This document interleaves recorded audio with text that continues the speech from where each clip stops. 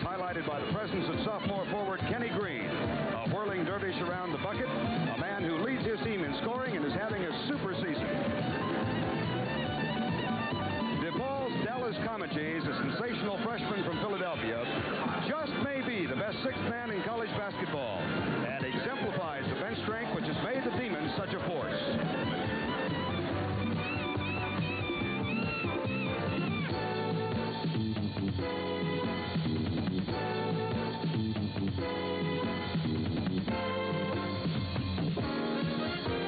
Tonight's regional semifinal tournament game is sponsored by Mazda and the full line of sophisticated Mazda products.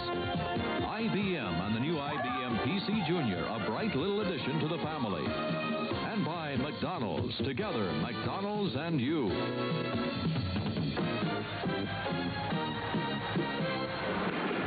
A standing room only crowd in excess of 20,000, the largest crowd to ever watch a basketball game in St. Louis, Missouri, gathered here in the arena tonight for this game between Wake Forest and Depaul. Good evening, everybody.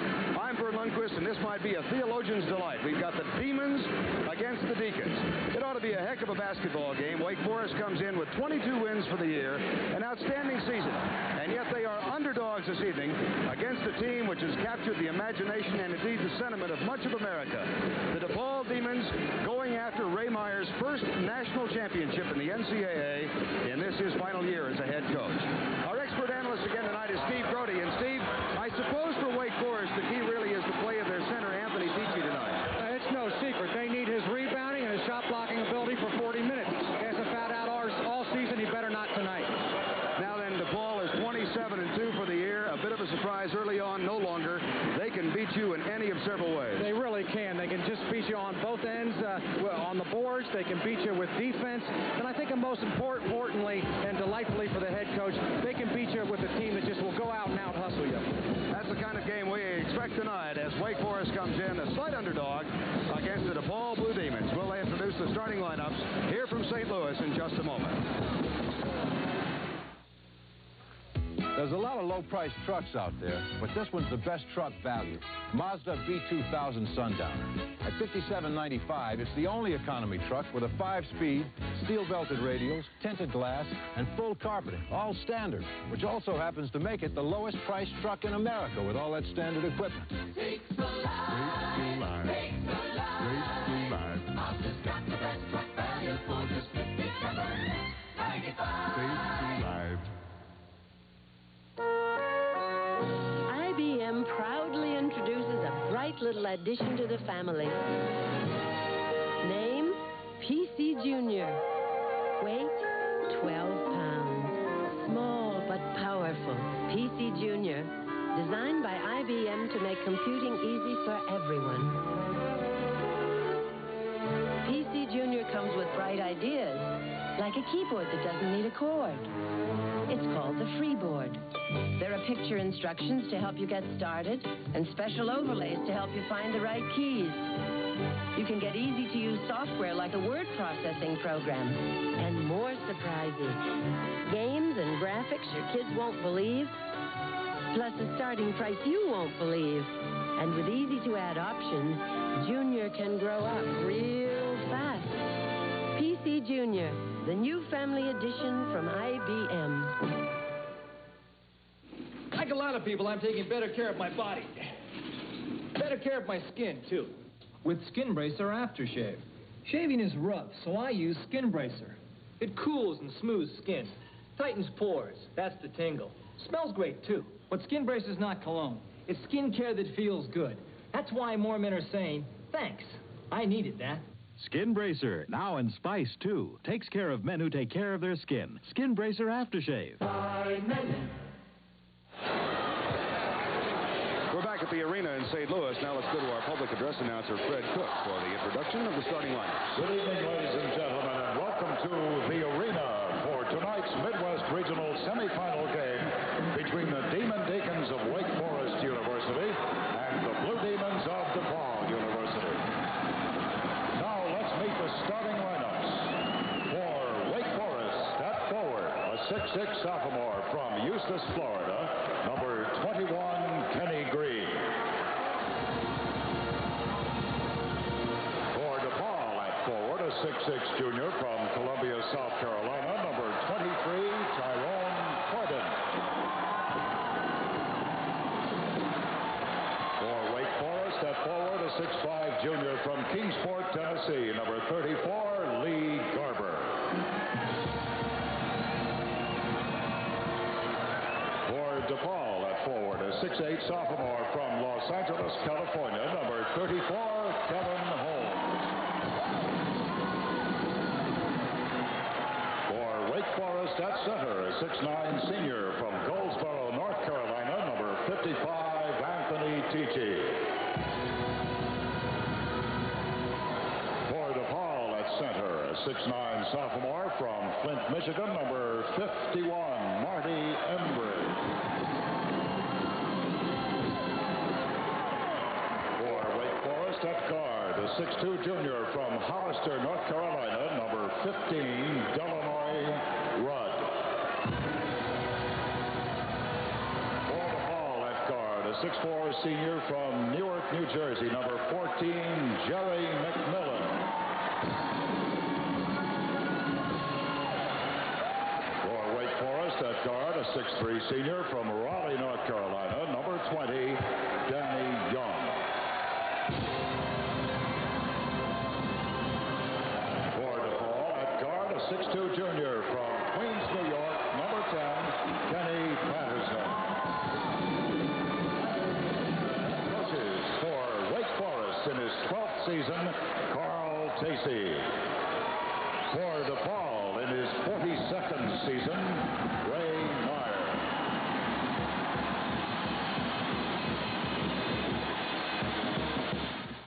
California.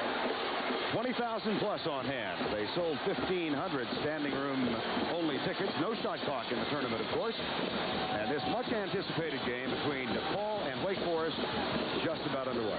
Vern, I expect to see offensively Wake Forest try to get out and run it down the floor, get some easy baskets in this ball game, fast break on occasion. Maybe some different tempos throughout the 40 minutes. Defensively, I think we'll see some changes throughout the contest, too. Wake Forest controls. Kenny Green, number 21, back to the point guard. Danny Young, 3-year starting point guard for the Demon Deacons. Back it comes to Green. Now Lee Garber, who's getting one of his rare starts tonight. Mark Klein had been the starter for much of the season out with mono, and Garber played well against Kansas the other night. Depaul starts out in a man defense. Excellent shot on the baseline by Green. But that's another one of the big improvements in this Depaul ball club. Last year, not a great man-to-man defense. This year, an excellent man-to-man defensive team. Kenny Green, the sophomore from Eustis, Florida, gives Depaul, or Wake Forest rather, a 2-0 lead. Ball retained by Kevin Holmes, and that ties it up at 2-2. One of the things we'll be keeping track of during this ball game on the shot chart is Depaul's ability to shoot the ball from around the basket, muscle it around inside. Garber comes left, looks for Young. Underneath it goes to Anthony Peachey. Soft hook, rolls around the iron, falls off. Depaul has the rebound. And look at that, 5 Depaul players around the ball, ready to go to the board. Now the point guard for Depaul, Kenny Patterson, goes left side to senior Jerry McMillan, one of only 2 seniors on the squad. Back to Patterson, a junior point guard, number 10. McMillan, number 14. You really think that Wake Forest is going to alter those defensive circumstances throughout? I think they might. We don't know exactly what to expect, but you get the feeling that Depaul is the type of team that you don't want to let get on a roll. They've got so many good athletes, so many good basketball players. You've got to almost change up tempo and get them out of their rhythm. McMillan, left-handed jumper, too strong from the corner. Tip is no good. Peachey grabs the rebound and then knocks it out. And Danny Young will give it to Peachey and then get it back. Always the question mark for this Depaul team, the ability to shoot the jumper. McMillan, for the most part this season, has hit those early jump shots and has kept people on it. Wake Forest turnover. Patterson on the run. Looks left, comes back to the right side. Tyrone Corbin has it now, guarded by Lee Garber. Corbin to Kevin Holmes, and Kenny Patterson with a nice bounce pass. Turn around off the glass. Corbin, it's good, and he'll shoot the free throw. Excellent pattern run that time. Wide open Corbin. And, you know, from watching this team play last year, we had them against UAB down in Birmingham. The front line's ability to score effectively this season is a tremendous improvement in this ball club, and I'm just completely impressed with the way these kids worked on their offense over the summer. Tyrone Corbin's three-point play breaks the tie, and Depaul is out to a 5-2 lead. Now Wake Forest on the run. Kenny Green with the stop. Don't forget about Kenny Green. You can tell with the long arms and the great leaping ability, he can take off in a hurry and score an easy basket from about 10, 12 feet from the hoop. Significance of that graphic you saw as Corbin takes the long jumper and hits it is that in defeating Illinois State last week, I think Depaul got over a huge psychological snake pit. They had lost first-round games 3 years in a row. Here's Corbin with the steal. The jumper up good. We talked about a lot of ways Depaul could beat you. We've seen quite a few of them already in a pattern offensive three-point play. Corbin hits the long jump shot, and now a steal off the press. First substitution getting ready to come in as Kenny Patterson is caught for the hacking foul. Lee Garber gets a rest, and John Toms, number 3, has taken his place. There's Garber, who had 13 points in the win over Kansas last week in Lincoln. And John Toms, number 3, has come in. Toms started against Kansas but played only 2 minutes. Significantly, Vern, Wake Forest would prefer to play from the lead in this ball game. They don't want to get behind by a bundle early, and they're going inside right at Depaul on the offensive end in a half-court situation. Boy, Peachey does an excellent job of posting up, and this is always a two-way street. His ability to post up and his teammates' ability to recognize when he's got position and get the ball to him. That jump hook, that's the shot in basketball now, isn't it? You know, I guess along with Sam Perkins, he's one of the best big free throw shooters in the country. He's hitting 81%. And of course, all the fans down in the ACC are well aware of how this kid's improved his shooting percentage since his freshman season. Shoots it kind of funny, but usually when a player has a funny motion, they usually have it down so well that they shoot well. Well, he's missed 2. He needs to hit 8 in a row now to get back to his average. 9-4, 17-12 to go first half. Wild pass by Tyrone Corbin, who stubs his foot in anger as he heads back down court. Ray Meyer has used the same starting lineup in each of the 29 games this year, but he will go to the bench rather quickly. Well, for a long time, the top 2 scorers came off the bench. That's no longer the case, but certainly a strong substitution advantage for them. Kenny Patterson across the timeline. 16:48 to go in the first half. 9-4. We were tied at 2, and Depaul has led since. Kevin Holmes, turnaround jumper, nicely put in. I'm sure I'll be guilty during the course of this game to continue to talk about the way this front line has improved themselves from a scoring standpoint, but that was just an excellent turnaround offensive move. That's another Wake Forest turnover. That is their 3rd. And let's see what happens here. There's Green inside, muscling in, looking for position all the time. Holmes has a man underneath. McMillan. 13-4, a 9-point Wake Forest lead. Well, Wake Forest's worst fears. I'm sorry. Wake Forest's worst fears are being realized. Down by a bundle immediately. No question that Depaul looks loose to me and ready to play. They made a lot out of the fact that they defeated Illinois State so handily. The players, Ray Meyer, they all said that there was an enormous amount of pressure last week because of those losses that they had sustained in the first round. And I think that's the most impressive part about that win, that as you get a good look at Ray Meyer, the mental aspects of the ball game don't seem to bother this club. They just go out and play. And I think once the ball gets tossed up, certainly they read a lot in the papers about the Ray Myers last year. But when that ball gets thrown up, those things are all forgotten. It's time to play. John Toms will take the jumper for the Demon Deacons. Rebound, Kevin Holmes. Depaul rolling early. Kenny Patterson snakes inside, lays it off the glass, too strong, and Wake Forest on the run. Danny Young. It's a 2-on-3 break. Delaney runs, throws up a wild shot. He will draw the foul. Once again, not many teams have really gone out and tried to run with Depaul this year. Georgetown played at a pretty quick pace. I think Wake Forest feels like they can't beat this team in a half-court game. They'd like to get it down the floor, get some easy baskets, and we've talked about it before. So often the team that wins is the team that makes the most layups. I'm going to try this again. Good. He had hit his last 24 in a row. I was going to point that out and see if he could keep the streak alive. There's Carl Tacey. Delaney Rudd has now hit 25 free throws in succession. He's hitting 86% for the year, but doesn't have enough to qualify for the national standing. Full court press employed. We've got a 13-6 ball game. Depaul on top with 15:30 to go in the first half. With not as deep a bench, Wake Forest doesn't want to put themselves in a position early where they have to spend a lot of energy defensively. No basket. Marty Emery stepped on the timeline.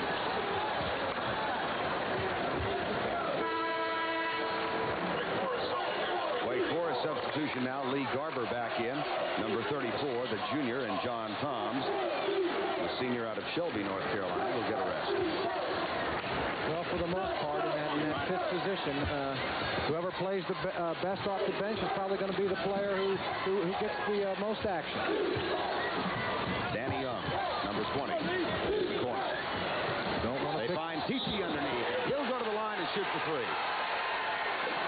If he had to do it over, I don't know if Danny Young would want to pick that ball up in the corner like that, but once again, Peachey does a great job of establishing position, comes to the rescue, a pinpoint pass, and this is what you love to see your big men do. Take that one big step and power the ball to the basket.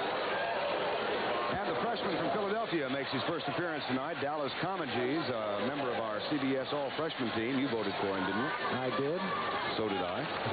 I don't know of any of our commentators who didn't. And Anthony Peachey is at the line.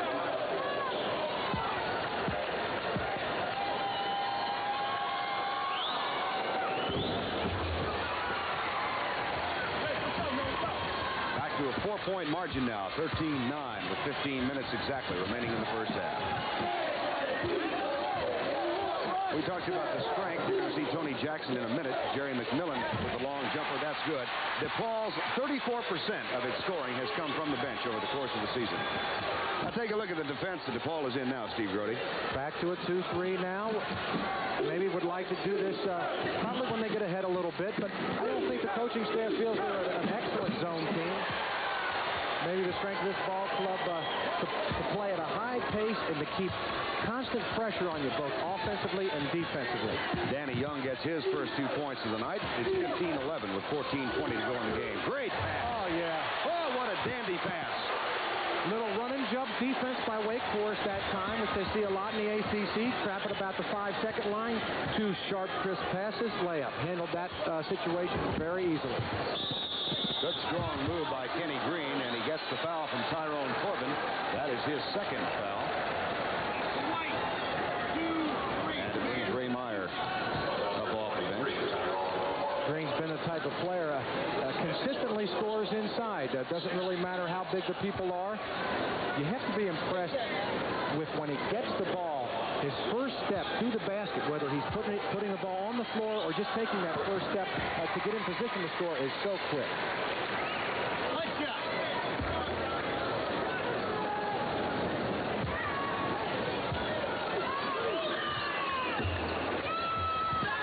Having some problems at the free throw line. It's 17-12 now, 14 minutes to go in the half. Depaul's only to the feet this year after winning their first 17 games of the year. St. Joseph's on the road and Dayton on the road. McMillan from downtown. Hit 3 in a row. Jerry McMillan will graduate on time this June with a degree in social sciences. Then he's going back to school to get a second major in political science. Boy, Depaul really controlling that defensive board right now. 13:30 to go, first half. Kenny Patterson, Queens, New York. McMillan. Didn't go this time. Danny Young has Garber in the left wing.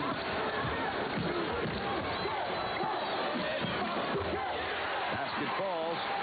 Anthony Peachey from outside. Excellent penetration by Garber that time. inserted into the lineup. The first 2 times he gets the ball, he takes it to the basket. Opens up a lot of opportunities. Good for 2 points right there. Fine pass from Dallas Comegys that tried to get the basket. They'll look to do this all game long, and they've done a good job of it so far.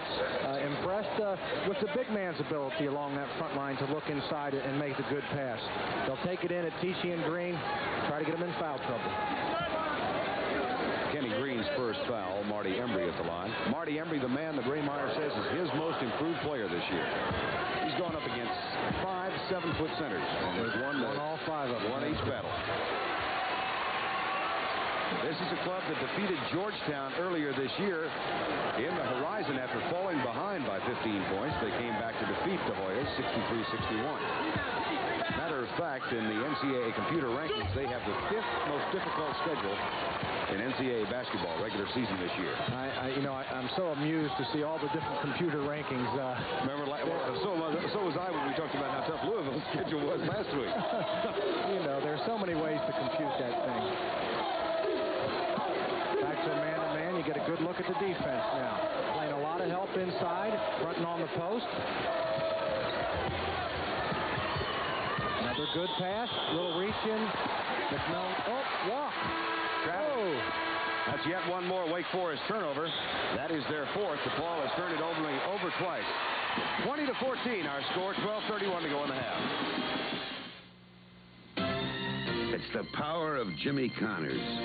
In a revolutionary racket from Wilson, it's the control of a champion. In a remarkable new design, it's Wilson Pro Staff, designed with the help of Jimmy Connors. It's light with incredible power. Kevlar and graphite. It's control when you want it. Exclusive perimeter weighting. It's got power, control. It's perfect. Pro Staff from Wilson, keeping you ahead of the game. I just got a sporty truck priced like some base trucks. The Mazda B2000 SE5. Look, it comes standard with a 5-speed overdrive, steel-belted radials and spoker wheels, sporty stripes, a step bumper, even dual sport mirrors. Pretty sporty for just $59.95. Takes alive. Only Mazda's got a sporty truck for just $59.95. At the conclusion of every CBS Sports NCAA tournament broadcast, we'll be selecting a Chevrolet Most Valuable Player from each team. Chevrolet donates a $1,000 scholarship to the General Scholarship Fund of each school to further assist qualified students in all chosen academic fields. Well, we've played 7.5 minutes, Steve Grody. Any detectable patterns you've noticed so far? Well, I'm a little surprised that Depaul went to the 2-3 zone. They played well initially in a man-to-man defense. I think that's their best defense. We talked about them being able to hurt you in many different ways. We've seen them run a fast break, hurt you with the jumper, get the ball inside. Wake Forest early was down 13-6 and got back in the ball game. We saw them make one change defensively with a trap. Their biggest change coming right now. Tyrone Bogues in the ball game. Out of Baltimore Dunbar High School, a 5'3" freshman, and he can play. He's a guy that makes Spud Webb look big. 5'3", Tyrone Bogues. He's in the lineup wearing number 14. Well, you know what surprises me about him at 5'3"? He's so stocky and strong. You usually expect players like that to be wiry, very quick, good jumpers. He's got a lot of quickness. Bothered a lot of people in the ACC first time around. It'll be interesting to see how they handle his defensive antics. They're in a 2-3 zone now. Bogues got his hand on that. It went off Patterson's. He stepped on the line. I'm sitting right here on the mid-stripe. He stepped on the line. It was over and back. Nonetheless, it goes to Dallas Comegys. He gets his first 2 points of the night. 22-14, an 8-point Depaul lead. And I've got to give our executive producer, Kevin O'Malley, a little credit. He pointed out that Comegys is the type of player that as a freshman, every time out, you see him do something different. The ability to shoot the long perimeter shot right there. 22-16, 11-25. Near steal by Garber, and Bogues is in there to Harris, Jerry McMillan, but finally Corbin gets the pass, and now they go back to Kenny Patterson to set it up again. And exactly, you can just sort of feel with Bogues in the ball game how it just changes up your offensive pattern. You're conscious of him. You don't pass the ball as well, but they solved it there with Corbin. Tyrone Corbin hits it from 18 feet, 24-16. It has been for the most of the first half a 6 to 8 point Depaul lead with a chance to stretch it now. Kenny Patterson, bounce pass underneath. This will be interesting. Off the glass, no good. Comagie's rebound. Depaul will have one more chance to stretch the lead. You know, and I've been in a lot of those situations. Boy, a breakaway layup for a guard to miss.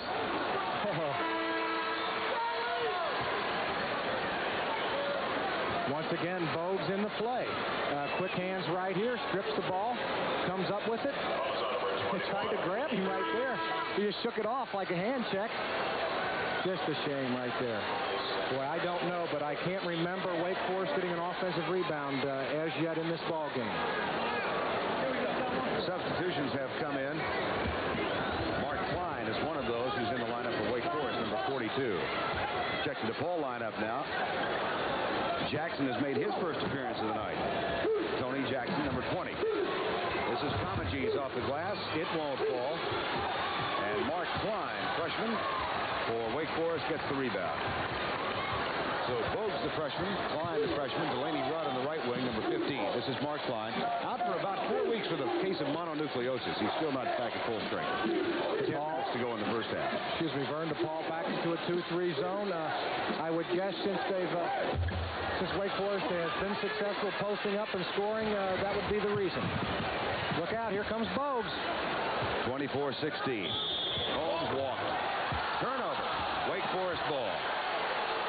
The Demon Deacons out of Wake Forest to Winston-Salem, North Carolina. They, along with Virginia, the only two ACC teams still left alive. Timeout has been called. 9:46 to go in the half. Give me a light. A Bud Light. If you just ask for a light beer, you never know what you'll get. And I'll have a light. A Bud Light. So if you want the less filling light beer with the first name and taste, don't just ask for a light beer. Give me a light. Ask them to bring out their best. Bud Light. Bud Light. Everything else is just a light.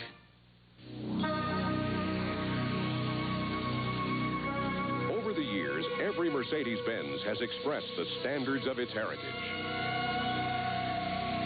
Now, a new class of Mercedes-Benz does the same. Its lean, trim appearance may surprise you. Its quick, agile performance may astonish you. The Mercedes-Benz 190 class, the world's most revered automotive standards in an automobile like none before.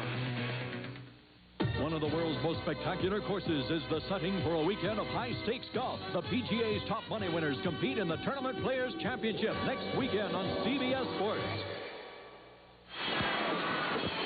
First game here tonight in St. Louis. A strong performance from Akeem Olajuwon and Alvin Franklin as Houston beat Memphis State 78-71. And we'll have highlights of that score along with scores from the West Coast. Brent Musburger in New York.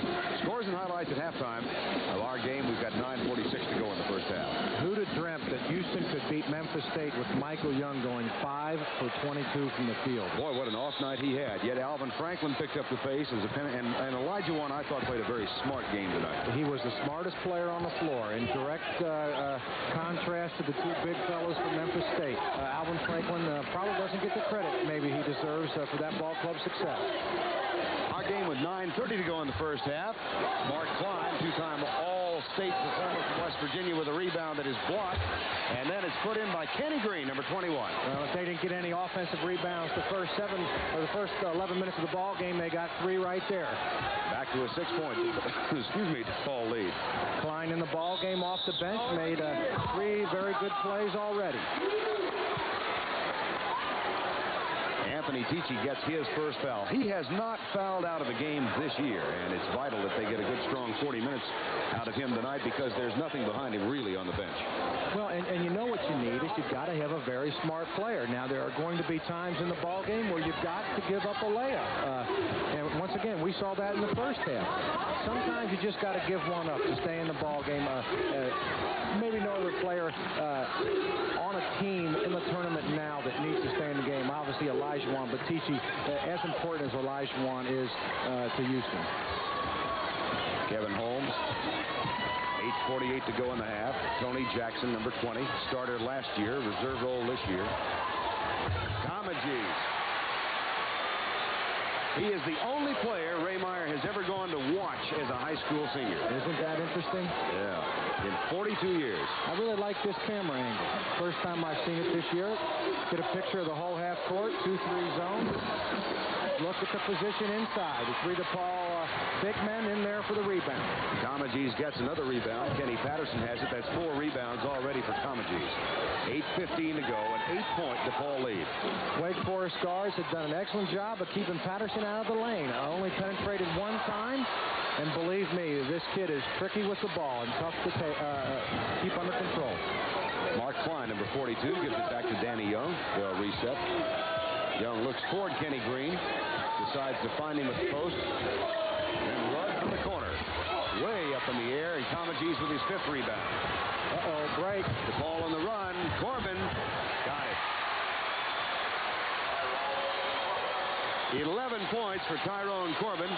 He has led Depaul in scoring this year. He's the first man in double figures, and they are on their feet with a 10-point lead.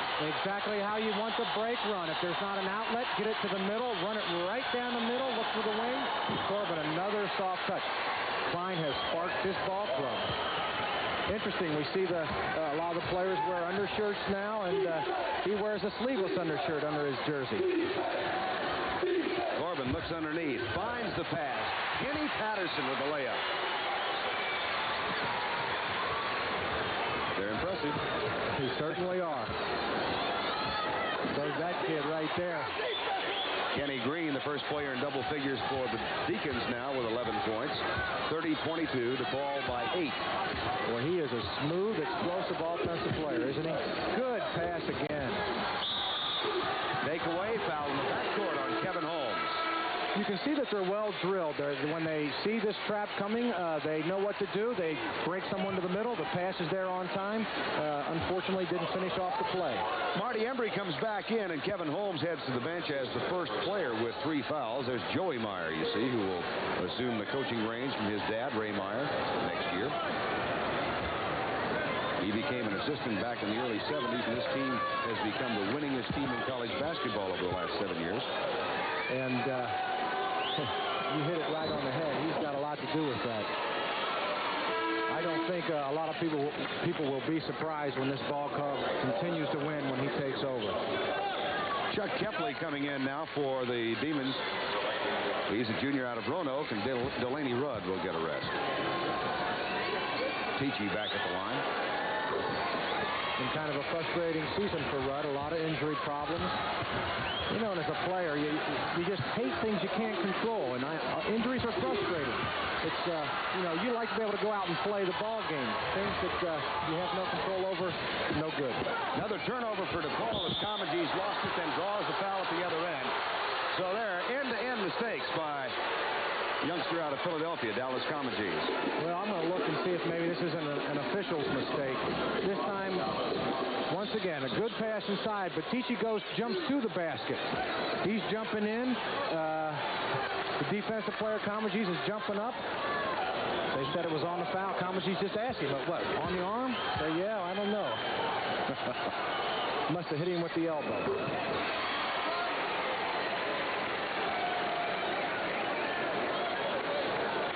Peachey has been at the line 6 times now. He's 4 out of 6, 4 out of 7. Averages 5 free throws a ball game.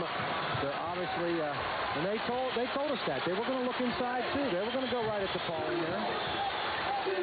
Corbin, Patterson, Jackson, Bogues, and Marty Embry for Depaul right now. Looked like a clean block from Chuck Kepley, but he got part of Tony Jackson's arm. Now let's watch the official. You see, he goes to the scorer's table and he indicates where the foul was. It was a push. So the block was clean, but he had the offhand on the body and push. Okay, we have 2 shots. Relax now. Jackson, one of 2 players who came from California to play for Ray Meyer. He and Kevin Holmes were the first 2 Californians to ever come back to DePaul University. really quite surprising how sort of out of nowhere, I guess you could say, that this program burst on the national scene. Had some good players certainly in the program. I would guess Mark Aguirre is the one kid responsible for putting them on the map, really. Ray Meyer says Dave Corzine was the first one, and then, of course, Aguirre, and then Terry Cummings. Now, you can build a pretty good ball club around those guys. Well, Corzine was an excellent player and has made a name for himself in the NBA, but I think from a national standpoint, you've got to say Aguirre. 31-27, 5:50 to go. Wake Forest not rolling over. Kenny Patterson dishes it off to Jackson. Nice move. Protected himself and then laid it up and in. And once again, the penetration. Largest lead has been 10. We've got 5:35 to go in the half. Klein moves underneath, draws the foul. Great play. Klein looks a little heavy-legged, I think. Mono's a tough thing to get over. To come back and play basketball, that's tough to do. We talked about Depaul wanting to go inside, attacking Peachey and Green, trying to draw some foul trouble. You know, it looks to me like Wake Forest is probably doing a little bit better job of getting the ball inside offensively than Depaul is. Mark Klein is another of the fine free throw shooters for Wake Forest. He's hitting 83% for the year. Gets the first of two. That's the 12th time Wake Forest has been to the line. This will be 13. They are 7 of 12 so far.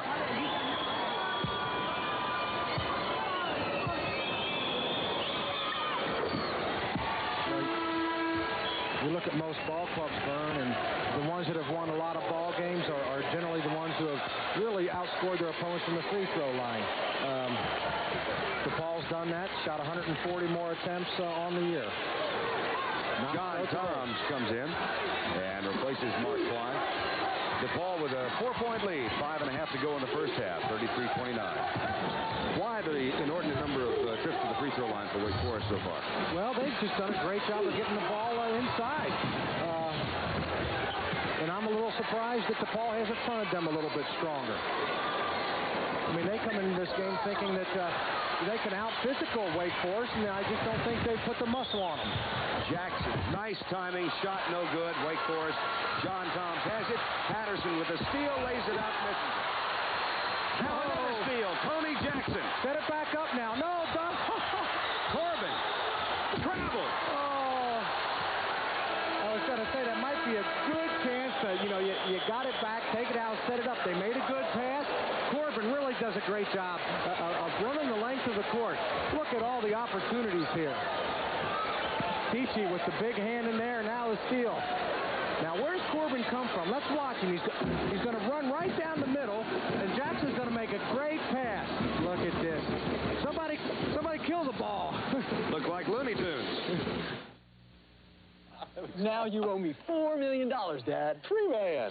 Want to go double or nothing? Bet you my deodorant's stronger than yours. Oh, you'll lose. My deodorant's Old Spice. Well, mine's new, improved Old Spice. New improved Old Spice with 25% more odor fighters. Extra strong and lasts all day long. Helps keep you smelling fresh long into the night. Hey, you're right. That new Old Spice is still working. New improved Old Spice. Extra strong. Lasts long. Old Spice, an official sponsor of the U.S. track and field team. With a stock engine. Now, wait a minute. Are you guys saying you ran the Baja in a stock engine pickup? Recently, two men named Henry Simpson and John Camacho took on the Baja 1000 in a stock engine Isuzu truck. Fighting torturous terrain and big companies with heavily modified engines, they were the first imported truck to finish the race. Let me buy you guys a drink. All right. Isuzu. Our wheels are always turning. After appearing in the Final Four in 1979 and finishing third, there were 3 years of frustration for Ray Meyer's team, losing in the first round of the NCAAs in 1980, 81, and 82. But last year, Steve Grody, they went to the finals of the NIT. Despite the loss to Fresno State, it may have been a catalyst for this young team.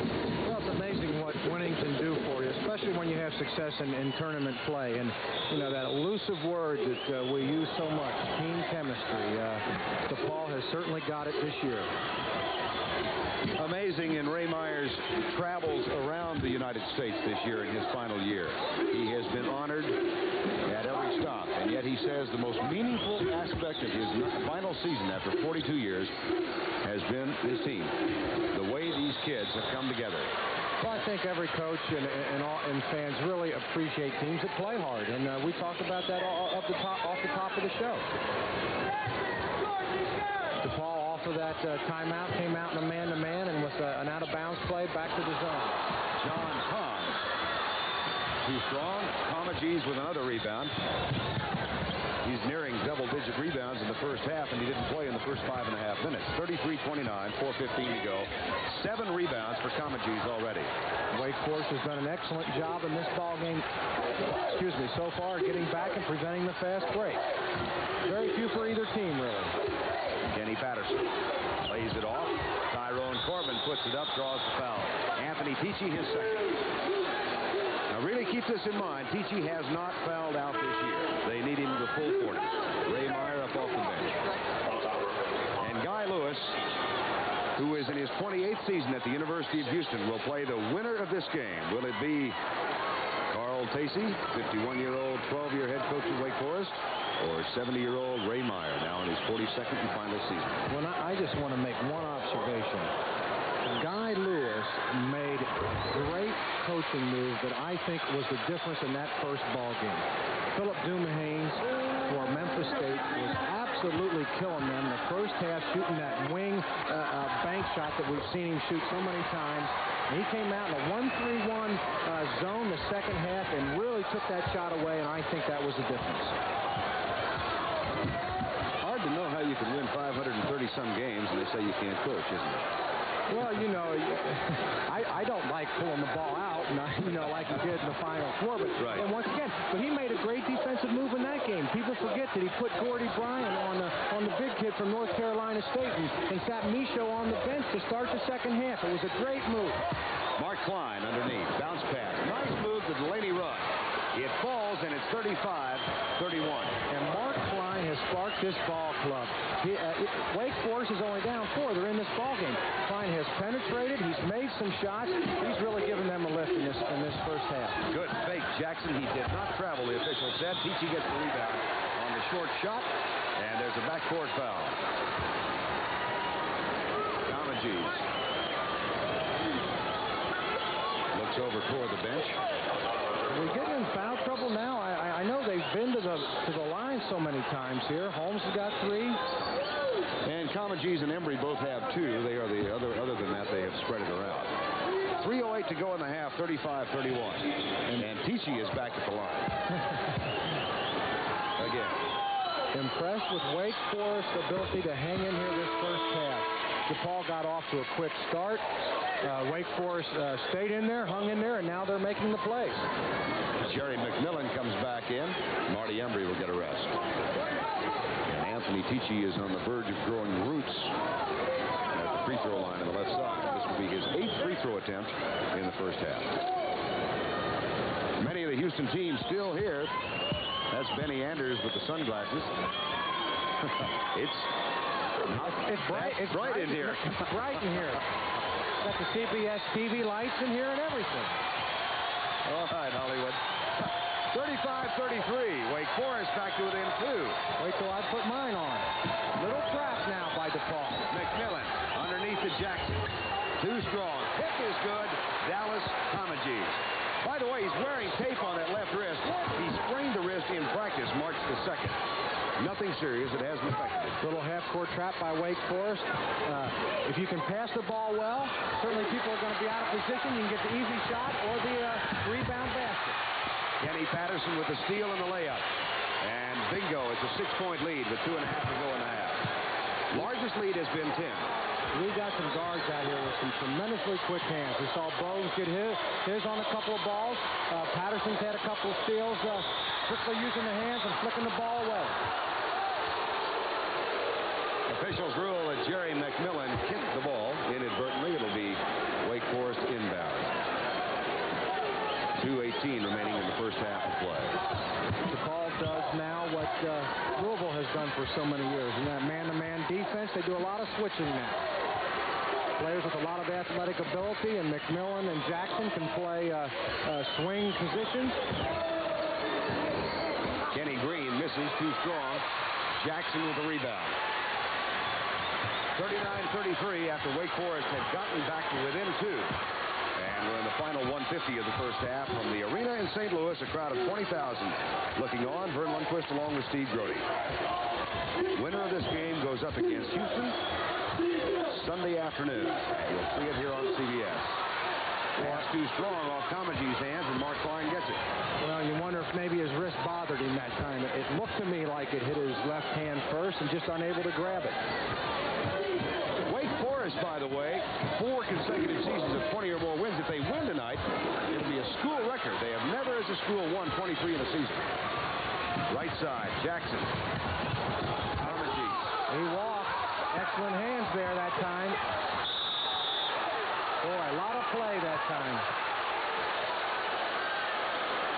You know, with Georgia Tech coming on in that league, with North Carolina being so good, with Duke having a good ball club, yeah, people sort of forgot about Wake Forest.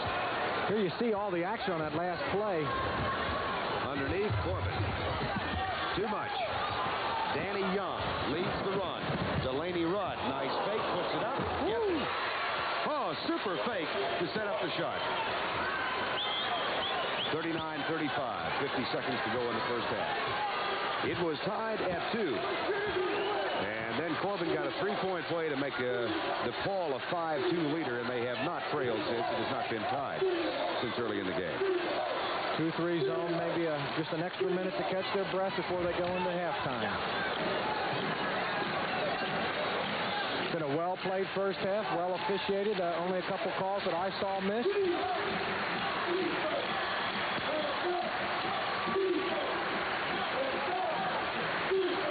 They'll play for one more.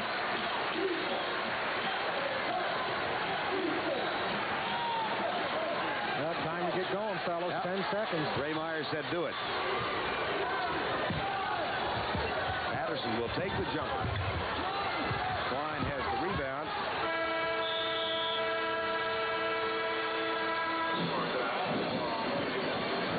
And so the ball gets off to a quick start. They lead by as many as 10, but Carl Tacey's bunch will not fold.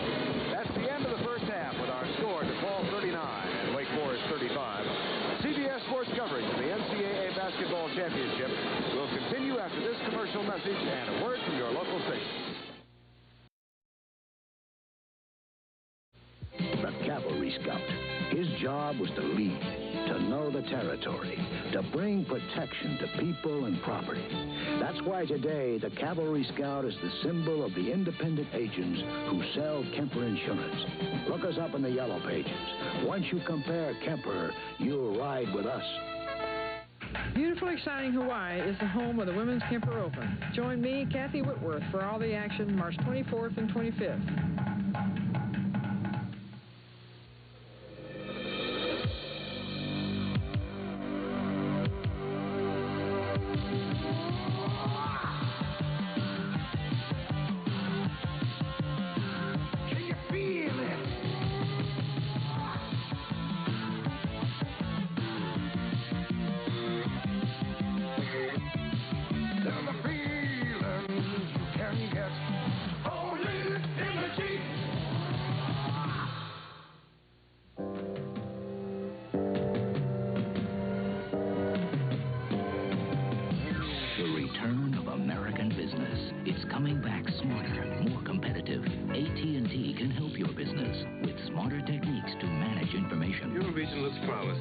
Distribution. We can ship it to you without a layover. All by tailoring the AT&T long-distance network to work for you in ways you never thought of. AT&T Communications. This is CBS. This TV16 CBS Sports presentation is being brought to you in part by Good News, Mazda, Volkswagen, Audi, your complete dealer for sales, service, parts, and rentals, North Salisbury Boulevard. Volkswagen has been around since 1949, and they just keep getting better every year. Good News is so impressed with the quality of the new 1984 Volkswagen, we're making a special offer to go along with that quality. It's our 5-year extended service protection offer. For 5 years on unlimited mileage, we'll stand behind any Volkswagen of your choice, including this 1984 Rabbit. Remember, you're good at what you do best, and we're very good at giving you the best deal. Good News Mazda, Volkswagen, and Audi.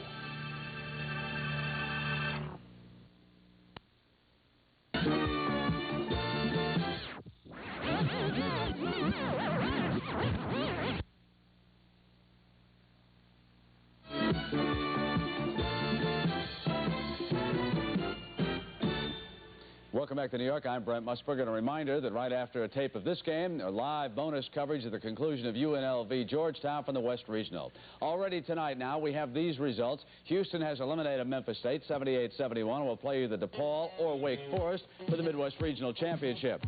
Now in the first half, watch Michael Young of Houston get down the baseline, and the Cougars open up a 6-point lead.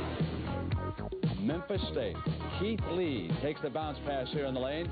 He'll hit the short jumper, and the Tigers trail by 1 at the half.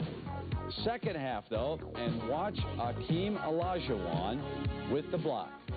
Now, Dana Kirk, the Memphis State coach, thought it was a foul. And then Olajuwon takes a lob pass from Reed Geddes and jams it down. Olajuwon makes his presence felt here, keeping the ball alive down low, and watch their freshman, Ricky Winslow, help him out. And Houston coast past Memphis State, 25 points for Olajuwon, 78-71. In the West Regional, the first game tonight, Dayton has done it. This year's Cinderella, 3 victories in a row. They will play Sunday for the West Championship. Here's their star, Roosevelt Chapman, on the steal. He'll go in unmolested for the slam. 22 points on the night. Detlef Schrempf out of West Germany, one of Washington's stars, coming down the baseline for 2. Marv Harshman's team won the Pac-10 championship this year. Cedric Toney will pull up and hit the jump shot for the Dayton Flyers. Don Donaher's team is now just 1 victory away from going to the Final Four. And at the free throw line, there was an enormous difference in this game. Dayton was 24 of 35. Washington was but 4 of 12. And our coverage on the road to the Final Four in Seattle continues with another reminder that live bonus coverage of UNLV Georgetown is coming up after the second half of DePaul Wake Forest. And we will continue in just a moment.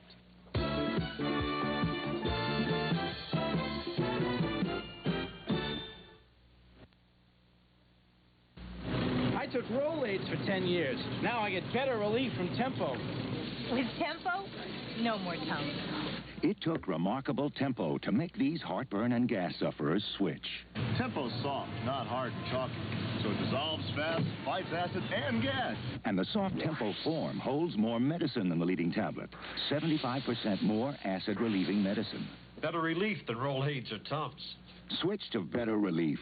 Switch to soft Tempo.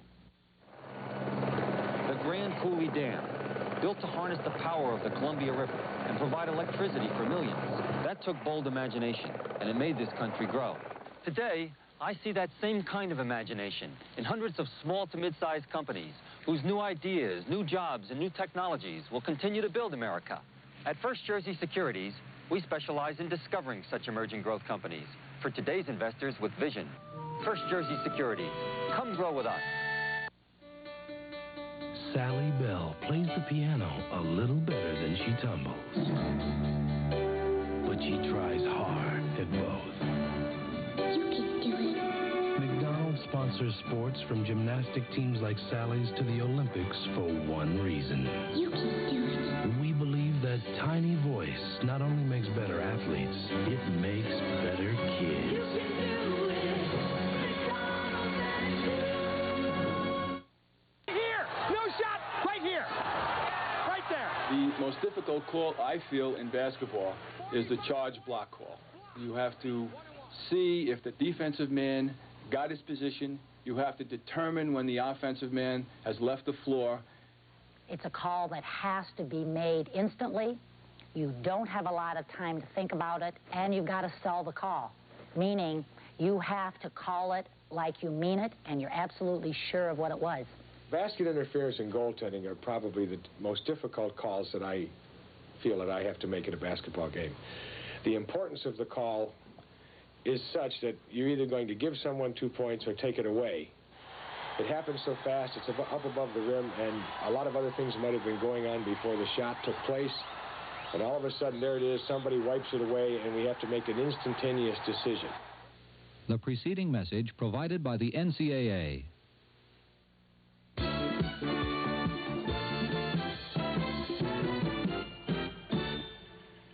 On our way back to the second half, let's check in live out west. Georgetown with an early lead over UNLV. So here now is Dick Stockton. On the bench with 2 fouls. UNLV trying to take advantage. And a foul. We want to welcome our viewers who are joining us here at Pauley Pavilion in Los Angeles. This is the NCAA Western Regional Semifinal between top-seeded Georgetown and 5th-seeded UNLV. And with 11:51 remaining in the first half, the Hoyas lead the Runnin' Rebels 13-5. Dick Stockton along with Bill Raftery reporting. Patrick Ewing has gone out with 2 fouls. Michael Jackson with 7 has led Georgetown in a game that the Hoyas have dominated. And into the ball game is Jeff Collins. The converging defense of Georgetown, speaking about it all year long. Richie Adams had a dunk. All of a sudden, he ended up with a tough layup.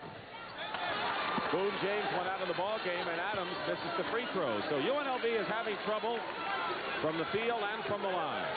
3 of 7 from the line, and 1 of 9 from the field so far. This is both. 3 of 8 now. And a chance for Georgetown to open up a 10-point lead. Michael Jackson brings the ball up. He's the leading scorer. Has 7 of the 13. Try to pass it inside, and it's picked off by Eric Booker. 2 good defensive plays in a row by Eric Booker. Danny Tarkanian, the coach's son. Adams inside. Misses it, and Wingate comes down with the rebound. Broadnax. Right now it's Saturday afternoon in the playground. A walk, both clubs going at one another. Traveling against Wingate and UNLV. So far, they have not been able to get untracked. And coming into the ball game for UNLV is John Flowers, who has all 5 of the Runnin' Rebels points. We will check in at the conclusion of the DePaul-Wake Forest game and see if Georgetown can still maintain that lead. Second half now. DePaul-Wake Forest coming up on CBS in just a moment.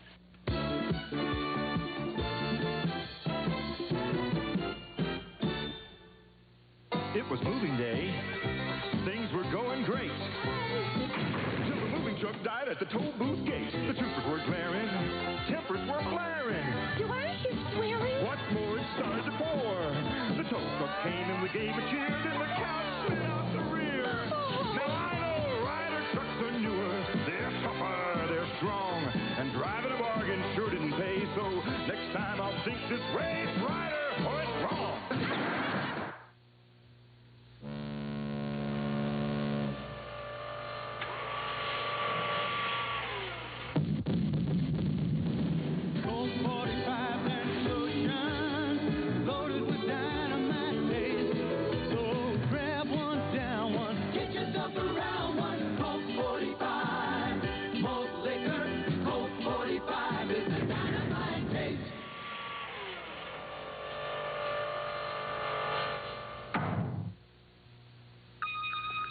Steadfast, versatile, intelligent.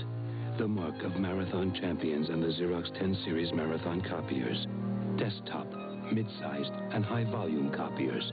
Each designed to outrun every competitor in its class. Each designed to shatter the record for endurance. The marathons from Team Xerox. Start running your own marathon by calling Xerox today.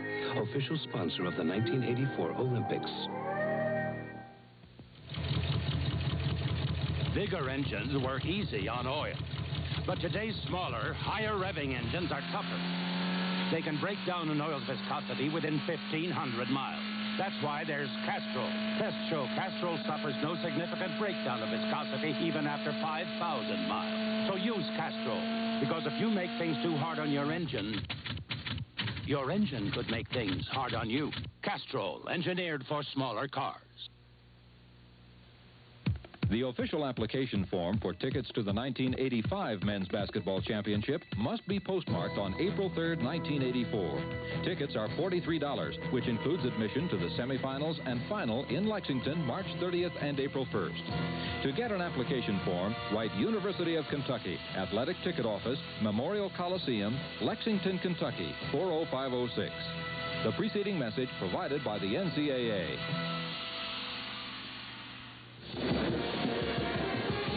We're back at halftime in St. Louis, where Wake Forest trails Depaul 39-35. We'll return with statistical breakdown and some highlights as CBS Sports coverage of the NCAA Basketball Championship will continue after this commercial message and a word from your local station.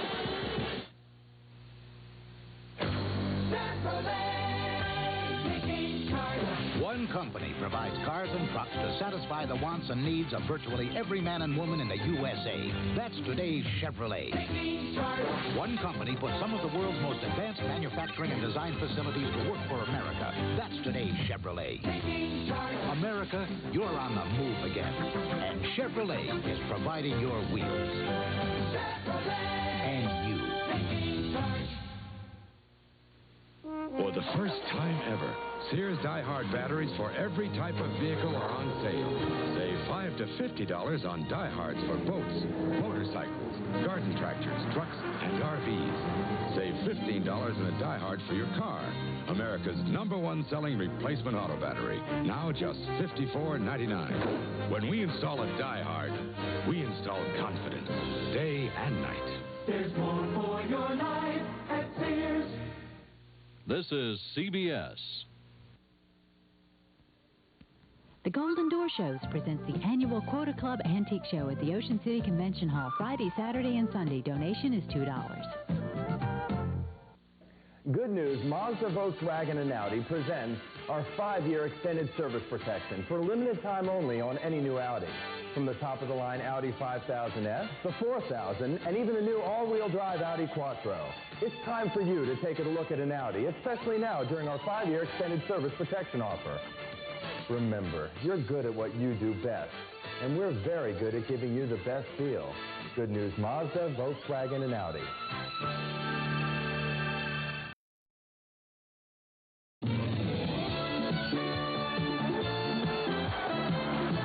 Tonight's regional semifinal tournament game is sponsored by Chevrolet. America is on the move, and Chevrolet is supplying the wheels. Chevrolet and you taking charge. Budweiser, for all you do, this Bud's for you. And by Sears, where you'll find great values. There's more for your life at Sears.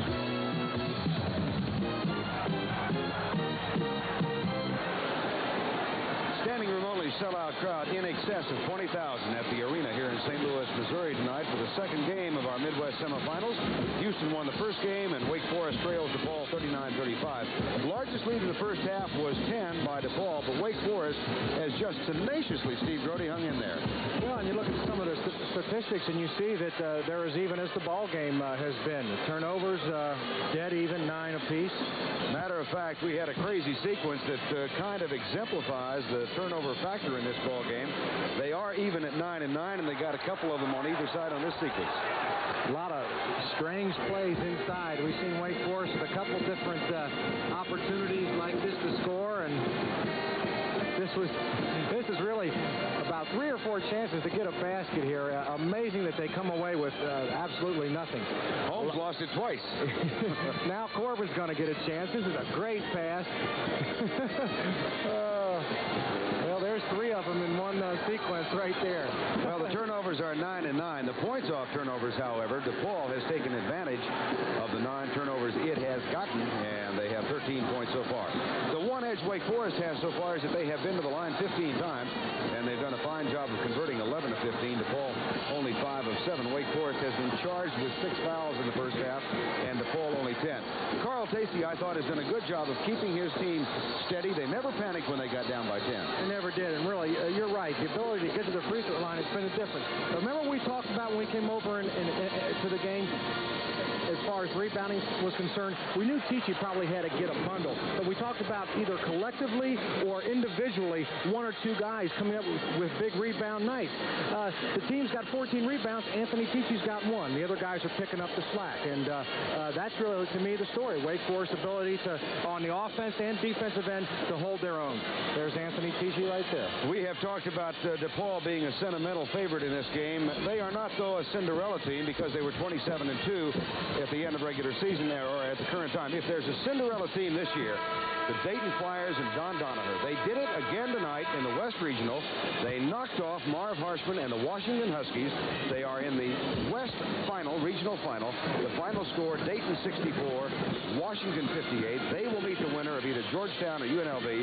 I guess it was a toss-up, depending on whom you talk with, whether Dayton or SMU was the 53rd team selected for the tournament.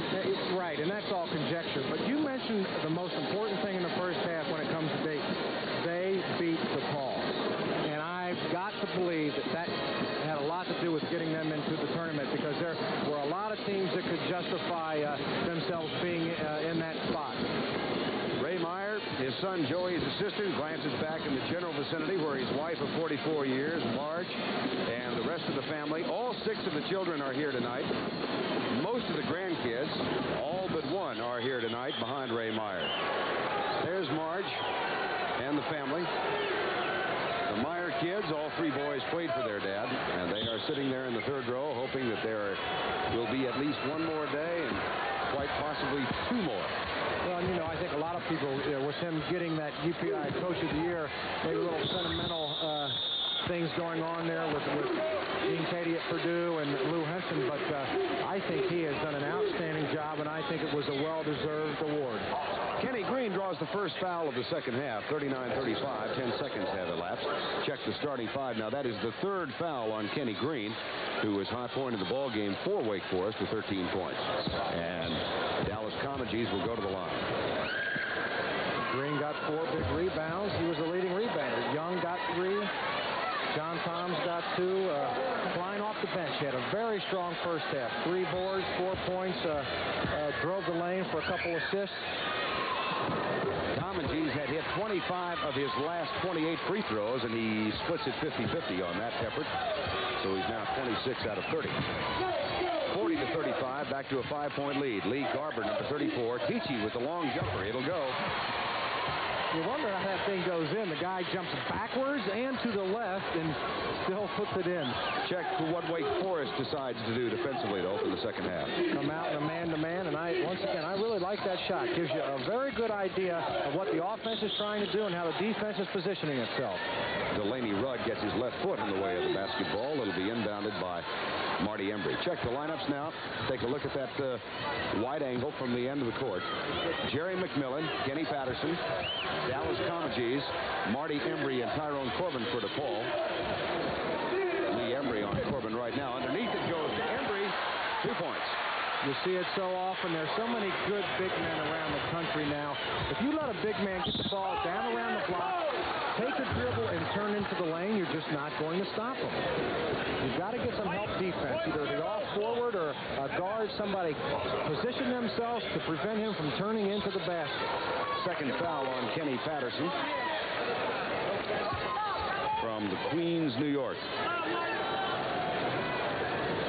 And Danny Young will inbound. Oh, good pass underneath the basket. Shot too strong. Battle for the rebound. Patterson gets it. 42-37, 18:50 to go in the ball game. Tip in, good. Marty Embry. Only averages 5 points per game, but has really played well in recent games. Timeout. Danny Young, Carl Tacey, Wake Forest wants to talk it over. DePaul has opened up a 7-point lead with 18:38 to go.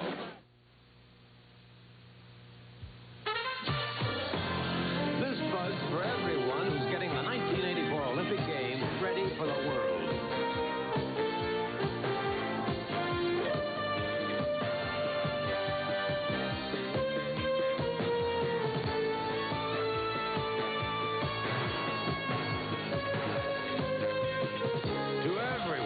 Working hard for America's Olympic effort. This bud's for you. Chevrolet is taking charge with the year-round versatility of S10 Blazer. In spring, Blazer's right on the job or on the town. In summer, Blazer lets you get to work or get away. In fall, Blazer's ready for the chores or for the fun. In winter, Blazers are great outdoor sport. Chevy S10 Blazer. Every season, you'll find more reasons to own one. No wonder S10 Blazer's the best-selling sport utility vehicle in America. Muhammad Ali. Have past glories led to present pains? I'm Charles Carroll. Join us for the American Parade, Tuesday.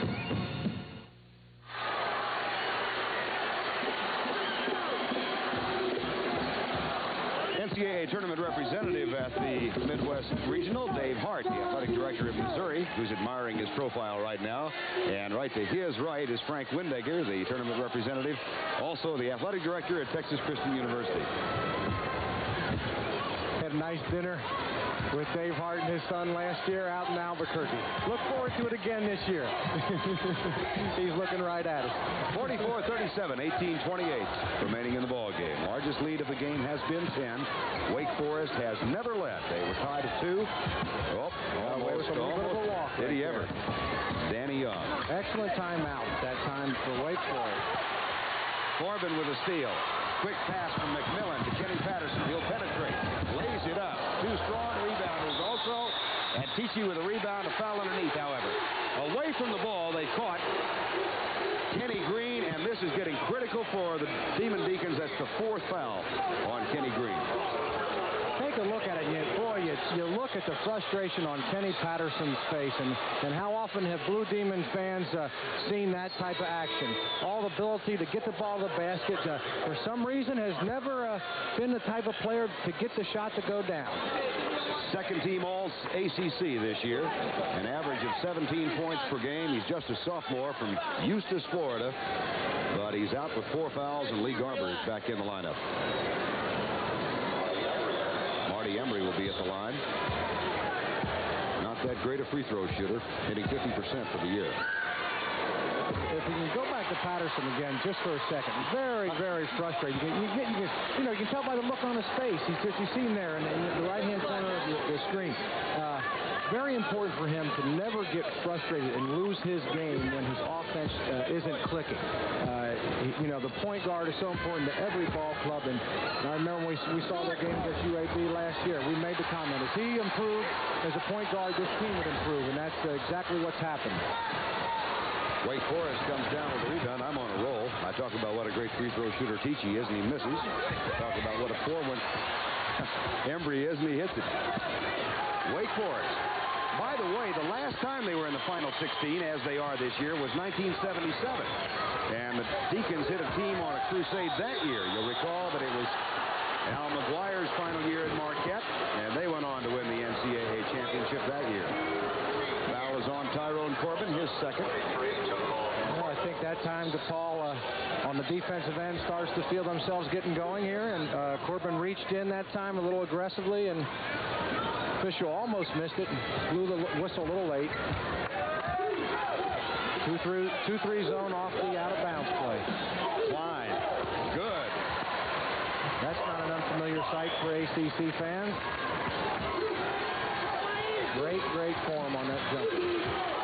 45-39 with 17-20 remaining in the game. Corbin. Comagee's short. Klein with a rebound. He's really been a presence in this game since coming off the bench. He has done a great job in a substitute role. Peachey from way outside. Rebound taken down by Corbin. Boy, they're going end-to-end here in the last 2 or 3 minutes. Well, you can see what they're trying to do. They've looked to Comagee 2 times in a row now with some smaller people in the lineup. Peachey with the block. Joey Meyer on the sidelines now telling Kenny, just slow down, Kenny. 16:40 remaining. 45-39. Underneath, Peachey slapped away cleanly by McMillan, but Garber gets the rebound. It won't fall. Embry gets it and gives it to Kenny Patterson. Now let's see how Kenny Patterson reacts to the frustration. He's telling his teammates to settle down. He's got to maintain his composure. You get the feeling with a couple very, very good half-court offensive offensive patterns that they could maybe blow this thing open here a little bit. Embry, Patterson. Tip. No. Foul underneath. Dallas Comedies. There's Joey, 34 years of age now, captain of the last losing team that Ray Meyer had back in 1970-71. They went 8-17, and that was really the downside of Ray Meyer's 42 years. He thought maybe they were going to de-emphasize basketball at Depaul, but he went to the athletic department and said, look, let's do it right. Give me $3,000 for a recruiting budget. They don't have very far to go to get the players out of Chicago. And he hired Joey as his assistant. Flying attempt at the block by Corbin and the rebound by McMillan. 45-39, 15-45 to go in the ball game. And as Wake Forest, starts to suffer offensively in the half court, I would think it would be best for Depaul to really take their time, swing the ball from side to side, and get some inside offense. That's where their advantage is right now. Patterson, patient for the moment.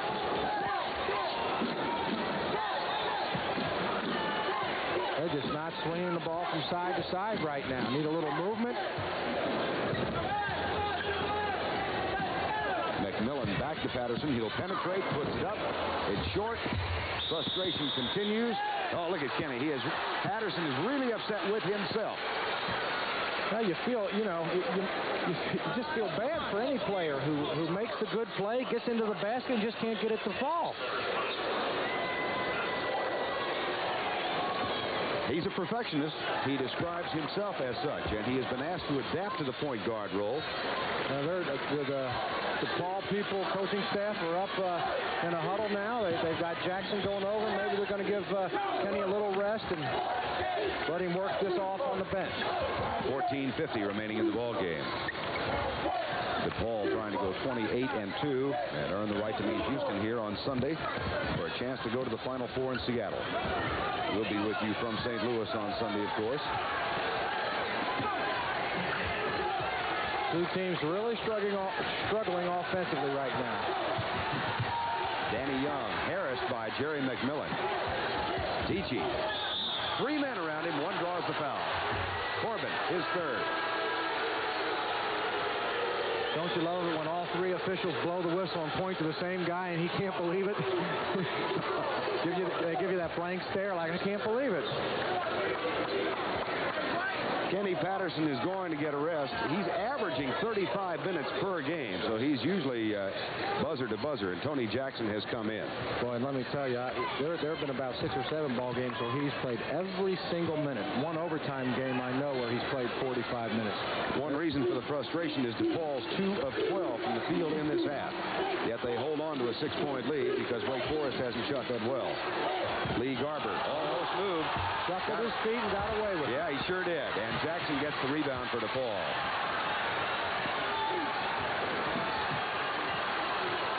It's been a long time since we've had a basket scored. 45-39, 13:50 remaining.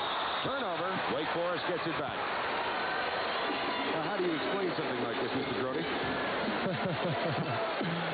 Boy, oh boy, you ask me questions, and I keep telling you week after week, if I had those answers, I'd be in the coaching business. Turnovers now 10-9. I just really feel like for DePaul, they just have not gone inside. The last field goal of the game came almost 4 minutes ago at the 17:31 mark. And, of course, let me say that it's not just always the offenses. You can usually attribute a lot of these spurts to good defense. And that time, 3 people in there to stop the penetration. Peachey with the offensive foul. What's that now? 3? That's 3 on him. Anthony Peachey has not fouled out this year. What do we got here? A little triangle and 2 zone, it looked like that time. Kevin Holmes solved it. Gets the jump shot that gives DePaul a 47-39 lead. Largest lead of the game was 10, midway through the first half.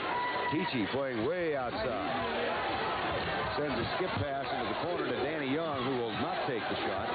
You see all of the DePaul players who aren't on the ball shading defensively in that lane area to cut off the immediate pass and the threat around the basket. Now they'll both try to front. What a great pass that was.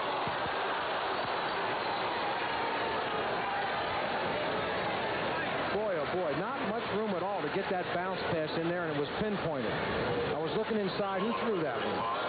Is that Young? Rudd? I think it was Young. And that's the fourth on Kevin Holmes. Holmes has fouled out of 7 games this year. Now, Dallas Comegys comes back in. He's playing with 3 fouls, and Kevin Holmes is on the bench with 4. 6'8" sophomore from Los Angeles. And Anthony Peachey at the line. Peachey with 12 points. Well, when you get into tournament play, you see some teams that play well, some that don't. But the bottom line is you've got to find a way to win. I don't know what that will be for either team today, but certainly neither team playing well offensively right now. Well, he's back to 80% free throws. Anthony Peachey now 8 out of 10. They were in a triangle and 2, I believe, the last time down. Now watch it. See? 3 guys playing zone, 2 playing man-to-man. Comegys hits it long, but McMillan is there to get the rebound and push it back in. 49-41, 8-point lead, 12:37 remaining. Shot up and good. Lee Garber.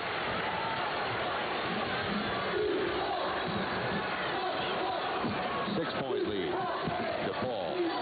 Now once again, see the 3 men playing zone inside. They're playing man-to-man on McMillan, but they've gotten off such a quick shot each time. It's hard to point it out for you. Dallas Comegys. We have played just about 8 minutes in the first half. 2-3 zone for Depaul now. Oh. Rejected by Embry. Clean block. Let's try something else.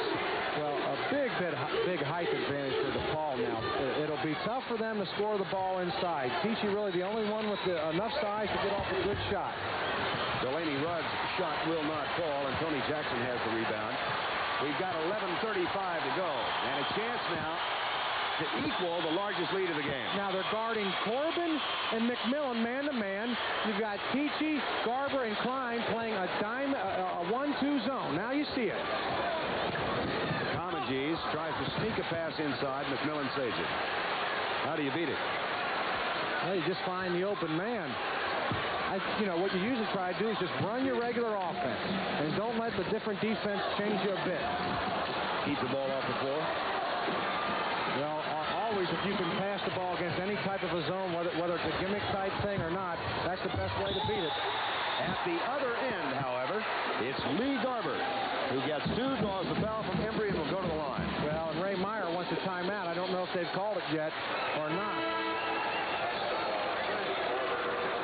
That is the 4th foul on Marty Embry, so Depaul is in difficulty right now.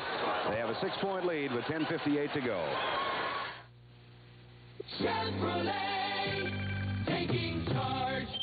Ever notice how many Chevy Chevettes you see on the road?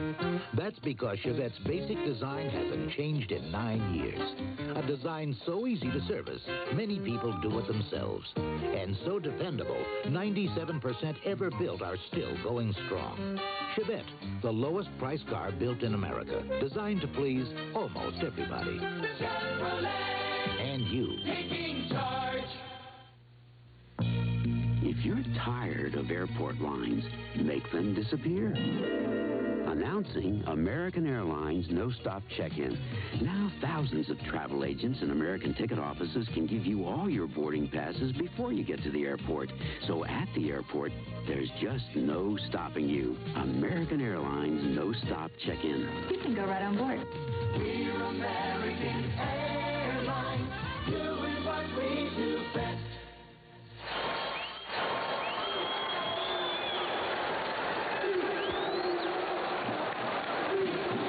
10:58 remaining in this Midwest semifinal. Regional, Depaul leading Wake Forest 51-45. They have led by as many as 10. Wake Forest has not led in the ball game. And now, Kenny Patterson having been taken out for a chance to give him a chance to settle down, has been sent back in the game. And the message should be clear for him by now. They don't care if he comes up with offense. He's got to run this ball club. And they're not operating, really until they went to the Triangle 2, this ball club wasn't operating very well in that half-court offense. Well, we mentioned at the very beginning of the program that Depaul had a strong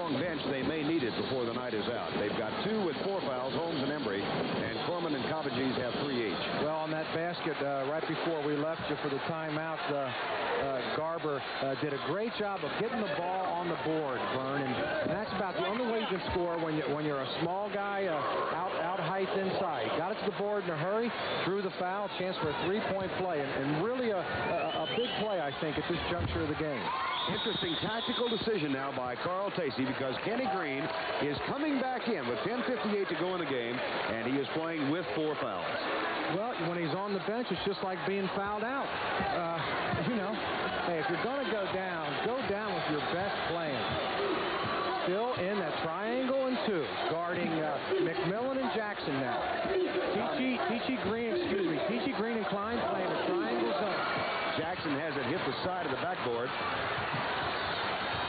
And a chance to cut the lead to 3 for the Deacons of Wake Forest. They've got Delaney Young, they have Delaney Rudd, Danny Young, Mark Klein, Kenny Green, and that man Anthony Peachey in the lineup now. Boy, Green's really looking for it, and it's interesting out of a timeout. You usually see clubs go to their best offensive player, and they looked for Green that time. Now they'll go to Young, or to Peachey. Peachey. We'll get these names straight. Jackson is out. Corbin back in, really maybe just looking for the right combination right now. And Jackson drew the foul on the last play. And, of course, in the triangle and 2 now, one of the fellows they were guarding man-to-man's out of the lineup. We'll see what they throw at him defensively this time down the floor. We have completed just about 3/4 of the ball game, and it'll be a 1-on-1 shooting situation for Anthony Peachey. He is 8 out of 10.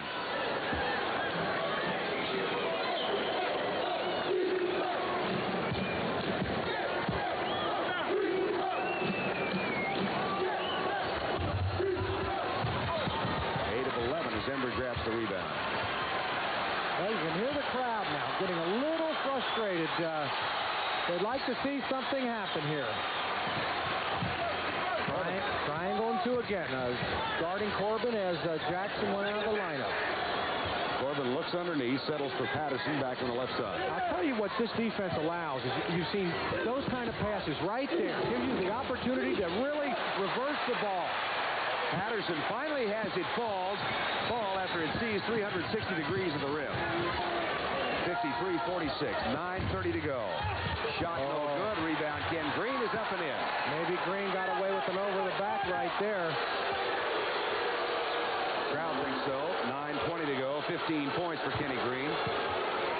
And it's a 5-point margin again. Once again now, Vern, let's watch what happens. Well, this time we're going to put up a real quick one. I like the confidence. I just don't like the decision.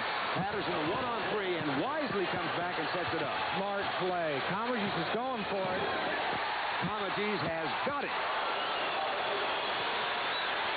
Well, the unwise quick shot followed by the smart decision by Kenny Patterson. And it's 55-48 with 8:50 to go. Peachey. He'll go to the line again. Comagese. Oh, Comagese is dying over this one. 4. But I never blocked many shots in my career. I don't know the frustration that you must feel when you block one and then it gets called against you. Let's take a look. Looks like the body may have been there.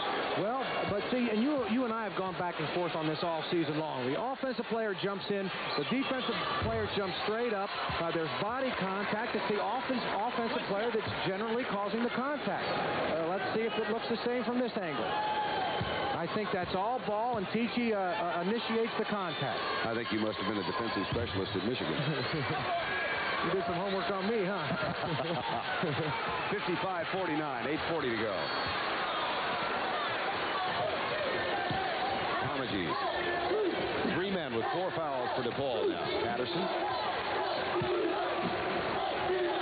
looks at the puzzle of the defense put up by Wake Forest. Carl Tacey. Still that triangle and 2, but they're moving the ball a lot more side to side now. That was tipped by Klein. Thus, there's no turnover. But see, the defense by its nature will allow that skip pass from side to side, and I think it makes the defense move. It makes the offense move, and I think it's really been to Depaul's advantage. Embry looked for Comegys underneath, couldn't find him. 55-49. The lead is 6 with 8 minutes remaining, and a chance to cut it to 4. It was 4 at halftime. Depaul led by that much. Now Delaney Rudd, hampered all year by injuries, particularly to his legs.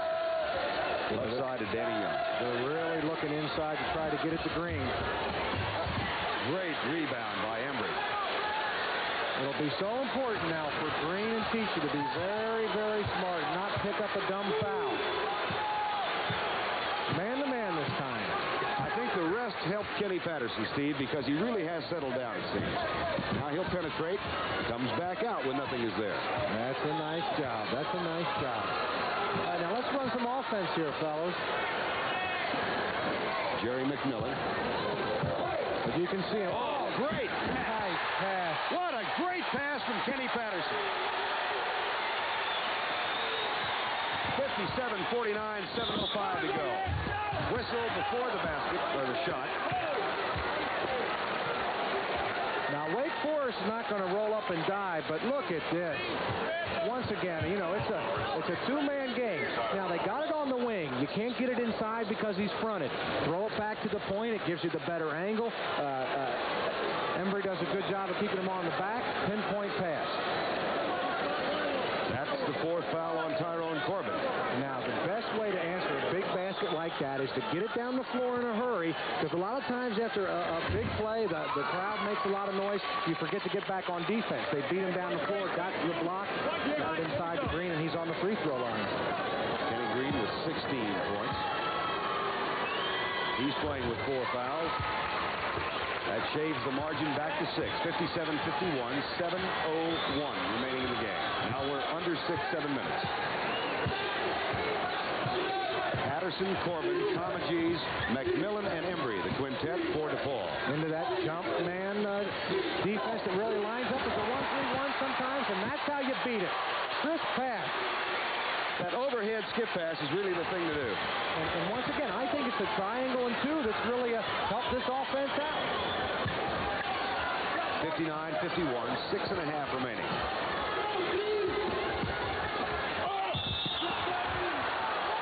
Good defense that time.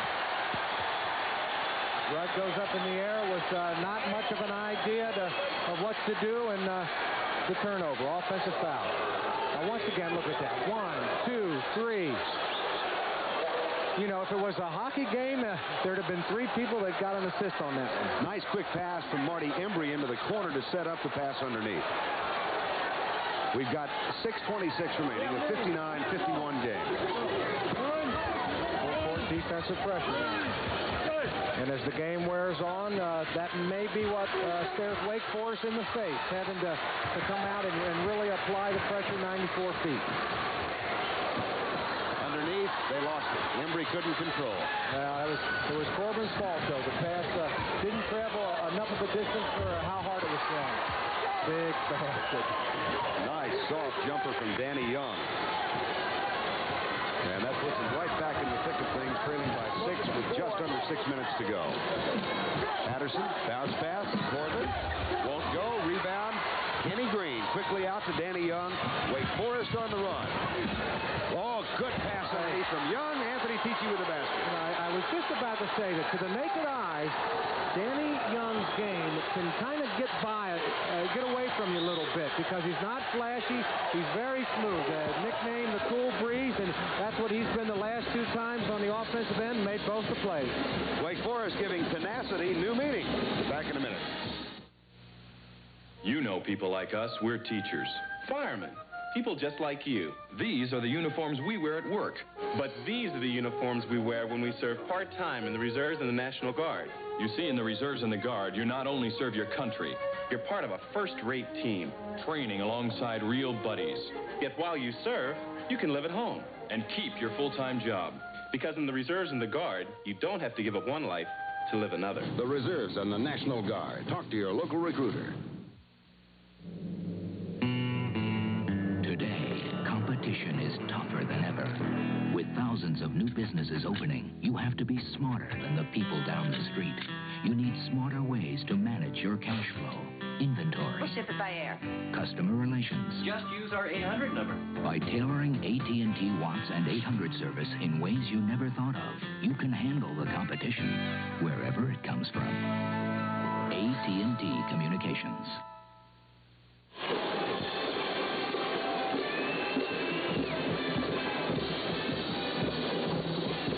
Most of you will be listening to Billy Packer analyze that Indiana-Virginia game tomorrow. He made a quick trip here tonight. I knew he'd find a way to sneak in the building and be able to root for his the team he used to play for. Billy Packer was an all-conference player at Wake Forest. By the way, you know the only time Wake Forest has been, or the last time in the Final Four?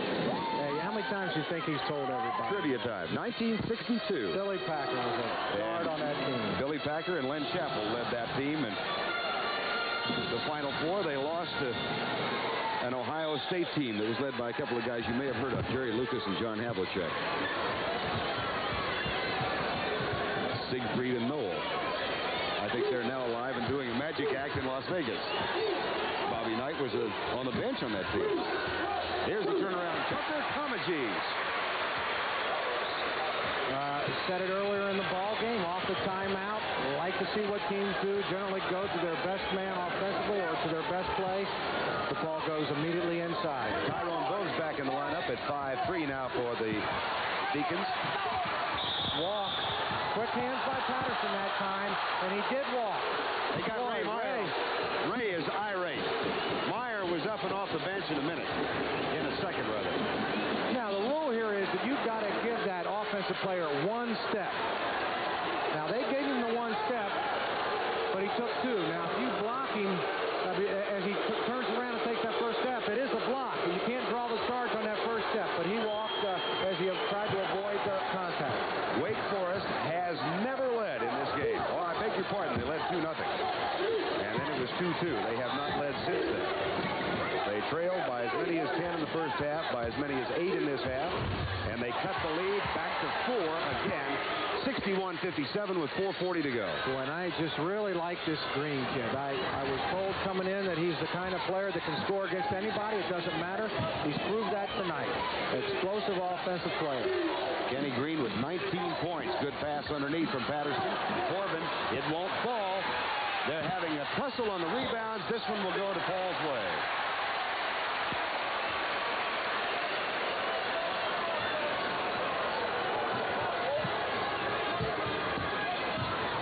Now he'll penetrate, lays it off.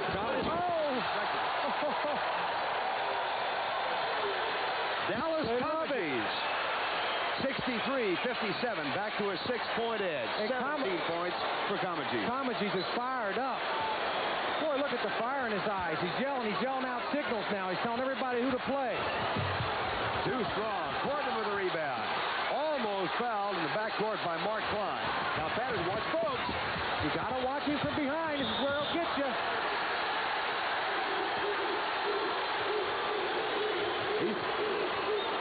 Now, I'll tell you, this is tough. Now, Bogues loses his balance here, and Patterson takes advantage. Now, he's gone to the basket so many times. This time lays it off to Comegys. He knows how to finish it with a flair, doesn't he? There's Comegys, 6'9".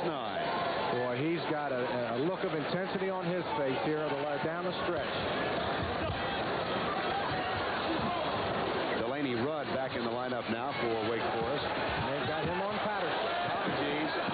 This one will go to Wake Forest.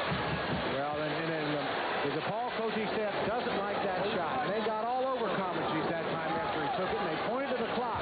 That's not the kind of shot we want right now. 3:30 to go in the game. 63-57. Depaul leads. Klein shot, gets his own rebound, follow foul.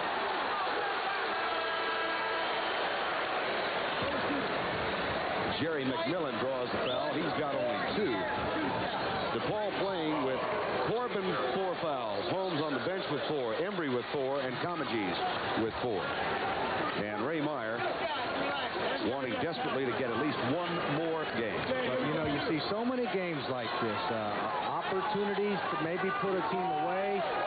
Wake Forest just hangs in there, and it's just a matter of a couple bounces and a couple plays, and this thing turns completely around, much like the Tulsa-Louisville game that you and I had a week ago.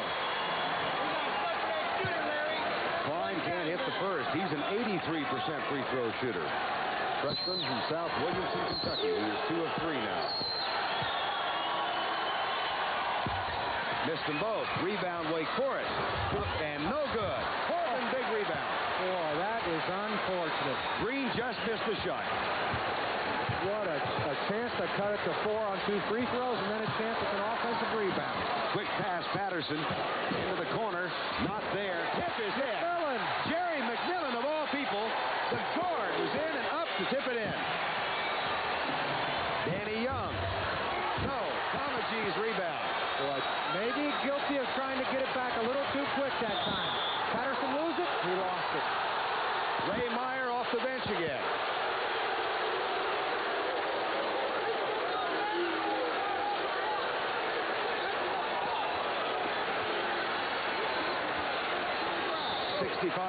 I think he feels like maybe one of the defenders knocked that ball from behind. Rudd. Peachey. Strong move. Nice move. Comegee's with his 12th rebound, fouled in the backcourt. Excellent pair of hands that time by Comegee. Pulled that ball out of the grasp of another player. Came down real strong. He's got quite a few boards in this game. This is a real nice move. Looks like he's going to glide to the basket. A little fadeaway. Comes up short. Now, a couple players with their hands on the ball. He's ready in that pose. We've got 2:42 remaining. Timeout has been called. Carl Pacey wants to chat with his folks. He is the second coach, by the way, to ever win 200 games at ACC. Murray Greason was the first back in 34 to 57. Pacey now in his 12th year. He's done a great job with his kids. He's got them very well prepared for tonight, don't you think? You know, they have made very few mistakes. Now, they've struggled somewhat offensively here in the second half. That has the ball, but they haven't, I think that shot right there, one of the real mistake, one of the big mistakes that they've made in this game.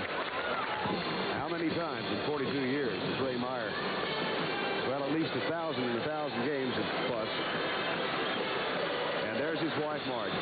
44 years they've been married, 6 children. She was playing basketball at St. Agnes School when they met and said that she knew Ray Meyer was attracted to her because he kept walking by and dropping popcorn in his soft drink. I guess customs have changed a little bit. I don't know. Maybe we'll go back to the old days. Maybe I'll try that. And just out in Chicago, the Depaul fans. Their team leading by 8, 65-57. Let me tell you, those aren't all college students in that crowd. Well, they were over 300,000 in attendance at the Horizon, Rosemont, this year.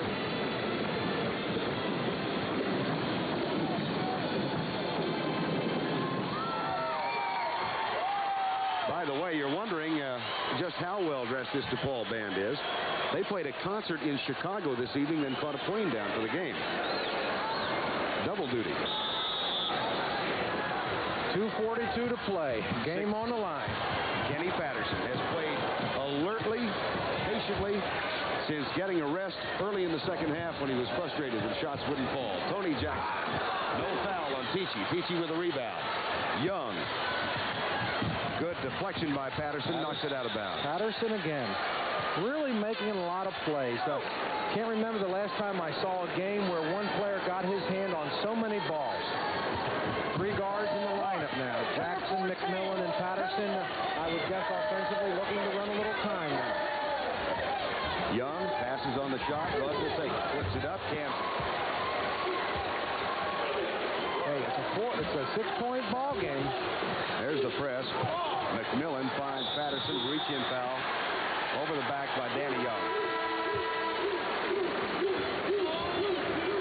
There's Marge Meyer. Boy, we were about to be in serious trouble. But that is Marge Meyer.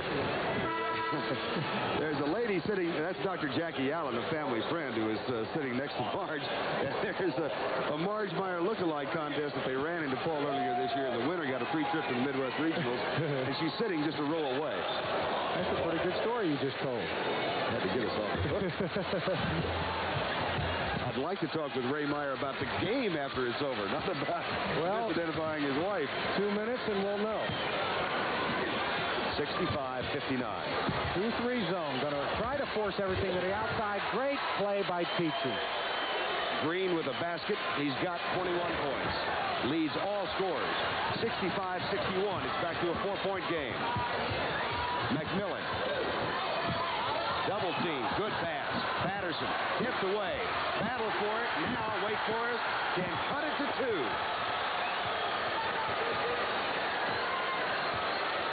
1:25 remaining. Klein. No. Green. Yes. Oh. 2 points. Danny Young with a foul. 65-63. It was 8 less than a whisker ago.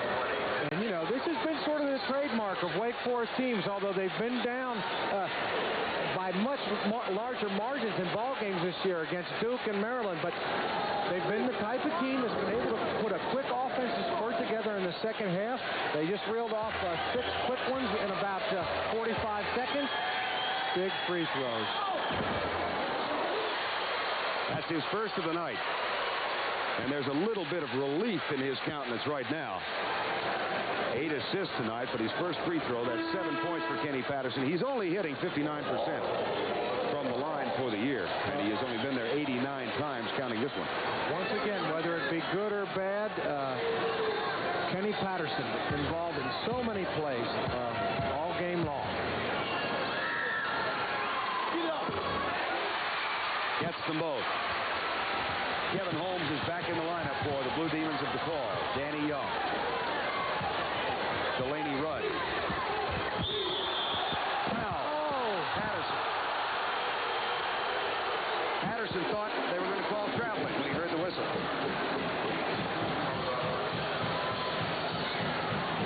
I'll tell you what, this kid has really seen the ups and downs, and this guy's experienced them. Third foul on Patterson. 1:04 remaining in the game. A 4-point lead. Jackson in. Holmes out.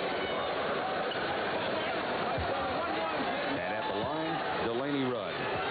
Junior out of Hollister, North Carolina. He's hitting 86% for the year.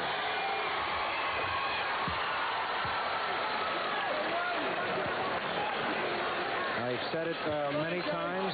Some of the SIDs around the country have given us the stat. Love to know the free throw percentage down in that critical area the last 3 minutes of the ball game. Rudd has now hit his last 28 in succession, back to a 2-point game. 60 seconds remaining. Depaul. Over and back. Over and back. McMillan came down with his feet straddling the midcourt line. When he jumped in the air, both feet were in the front court. When he came down, one came back in the back court. That's a violation. This is a Wake Forest basketball team that has refused to fold. Take a good look at it right here. Look at this now. Both feet over into the front court and now in the back. Excellent call by the officials. Right on. 48 seconds to go. 2-point lead for Depaul.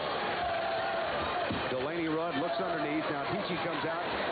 Danny Young passes on the shot. 38 seconds remaining. No. Rebound. Thomas G's, and then McMillan gets it. It's a 2-on-1 break. Patterson. Too strong.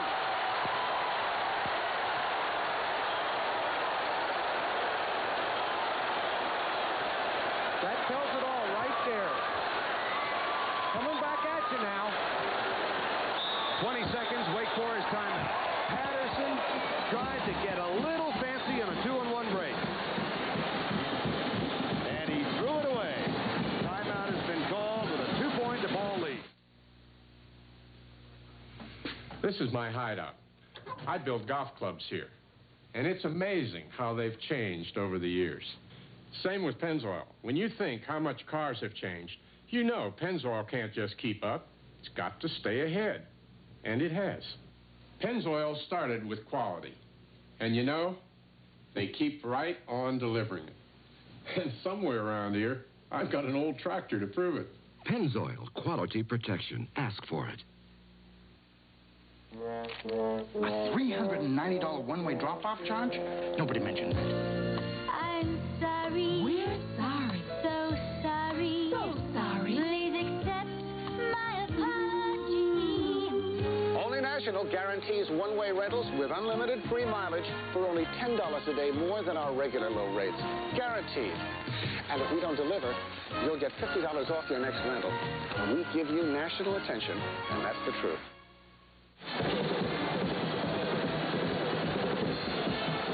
Carl Tacey's kids have refused to give up, and they have fought back to within 2. The last 8-point lead was 65-57, and at 67-65, they've used their final timeout. To whom do they go? Well, Carl Tacey knows his team best, so this is a situation for him. But certainly, you've got some outside shooters and Rudd and on the wing. I got to believe it's Rudd on the wing, Peachey and Green in low. And just the first time you get a good shot. I don't know if you wait till the last second to shoot it either. Take the first good one you get. That's it right there. Fine. No. Comagese with a rebound. Almost threw it away. Holmes had to throw it in. 3 seconds. 2.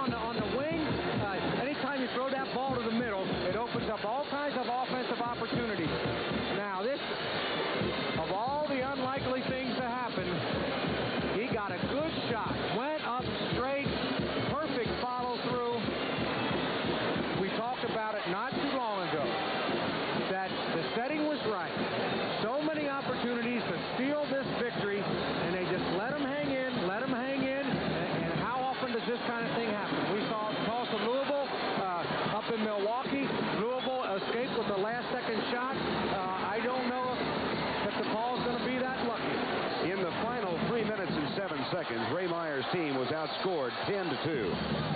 Now then, if you want to look ahead, Wake Forest has been involved in 6 overtime games this year, and they have won 5 of them.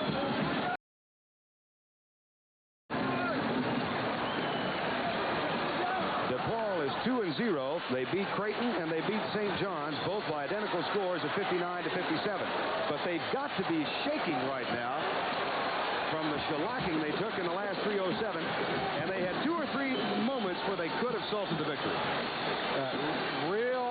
Two teams really coming into this overtime off contrasting last-minute action. Patterson has the ball for Depaul. Now Wake Forest in a man-to-man. 5-minute overtime. We've got 4:50 to go. It's quite obvious to me that he's got his team running the offense right now. Boy, I thought he might have got fouled on that shot. Anthony Peachey with the rebound. That's only his 5th rebound. Oh, look at this now. Wake Forest looks like they might play for one. Depaul sitting back in that 2-3 zone. Now they'll be forced to go man-to-man, or at least apply some type of defensive pressure. Go get that 5-second count and play ball. Get one warning, then it's a technical foul. Depaul matched up man-to-man. Oh, you can't pick the ball up like that. Delaney Rudd is fouled by McMillan.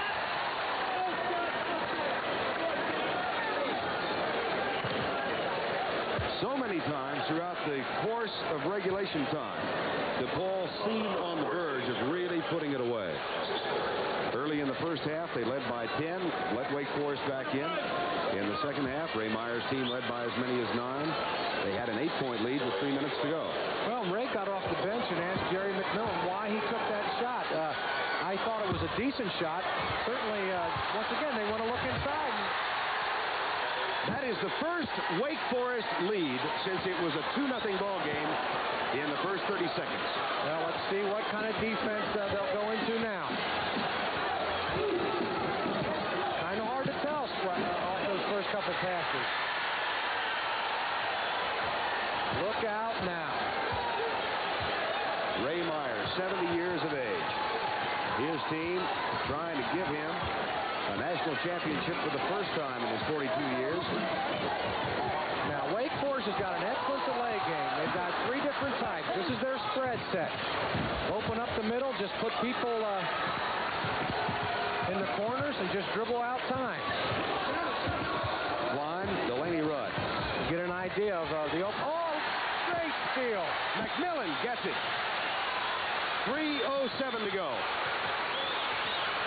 2-point Wake Forest lead. Holmes. Big shot. He's got 8 points. 2:50 remaining in the ball game. Spread set again. We get that wide view. You'll see the open lane to the basket. The 2 Depaul people now can really afford to defend the lane. Now they'll try to drive it to the middle. If they get an offensive situation, a layup, they'll probably take it. But once again, now when they drive that lane, look for these guys to go back door. There it is right there. Flash post, back door, or if you drive the lane, Peachey or Green will go back door along the backside of the baseline. Rudd to Peachey, and they'll go back and start it all choked again. up myself here. 2:10 remaining. A tie ball game. And here's Klein laying it off on the left side. Shot is up, no good. Rebound, Peachey, out of bounds. Wake Forest gets it back. McMillan got the quick hand in there and flicked it out of bounds. 1:58 to go. Boy, oh boy, the tension with every pass, every dribble, every shot, every rebound. Danny Young. I wish I was playing. Delaney Rudd. 2-3 zone out of the inbounds. Once again, into the man-to-man, the same set. Rudd. Steal. Patterson, 3-on-2 break. He'll fill the lane. Left side, McMillan, Depaul leads. Great play by Kenny Patterson going to the center, Steve. Have you ever seen a player have so many ups and downs in one single game as Kenny Patterson has in this? Immediately into the 2-3 zone now. Young fakes, puts it up. No good. Battle for the rebound. On the floor, Green. Rudd. He'll shoot it. Misses this one. The tip is no good. Danny Young has it. Puts it up. We're tied again. 1:10 to go. I've got to believe it's last shot time now. One shot. That's what Patterson says. 58 seconds remaining. Jim Molinari, the other assistant, Kenny McReynolds. Who do you give the ball to for the final shot if you go for one? Oh, I think whoever gets open. I don't think there's going to be any one person designated to take this shot. Oh, McMillan almost traveled. Boy, did a great job of dribbling that ball as he was falling to the floor. Vern, I just think that they've got one timeout remaining. Maybe 2. You get an extra one in the overtime. They may call timeout. I sort of like breaking into a quick offensive play. I think the defense expects you to call timeout. So often a little penetration when they... Well, I never expect that. Boy. Well, How many fouls do they got? 1 and 1. That almost looked like an intentional foul. Rudd grabbed him around the waist, and of course Ray naturally arguing for a 2-shot foul, but I don't think it was warranted. It'll be a 1 and 1. Timeout has been called. 19 seconds remaining in overtime. overtime, we're tied. Chevy Tough is taking charge. Farmers know machinery. Our livelihood depends on it. We know trucks, too, because farmers buy more trucks than people in any other kind of business. And we own more Chevys than any other make. Farmers ask a lot of their trucks every day. And when it comes to tough trucks, like this 3/4-ton 4x4, farmers pick Chevys. And we can be mighty choosy. Chevy Tough is taking charge. Kenny Patterson will be at the line when play is resumed. He is the buzzer beater for Depaul. Earlier this year in overtime, his jump shot on what they call the Indian play, which Ray Meyer picked up from a pro team 45 years ago, beat St. John's 59-57. He did the same thing last year against Notre Dame and Northwestern. Once again, a couple big free throws. Kenny Patterson, always the one in the thick of the big play in this ballgame. Patterson has been at the line twice tonight. You know, 3 times. He's 2 of 3. I'm sorry. It's kind of funny. When the foul was committed, it caught me completely by surprise. I looked to the Wake Forest bench, and the coaching staff was up clapping like they did what they wanted them to do. Maybe they want to put Patterson at the line and have fate in their own hands with the last-second shot. Kenny Patterson has had a chance to think it over. 19 seconds remaining in overtime.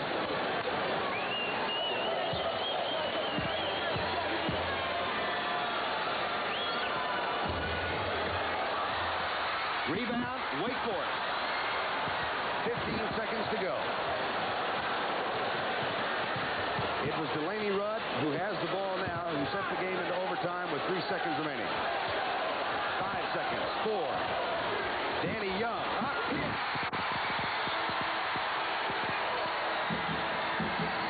Time has expired. It has ended for Ray Meyer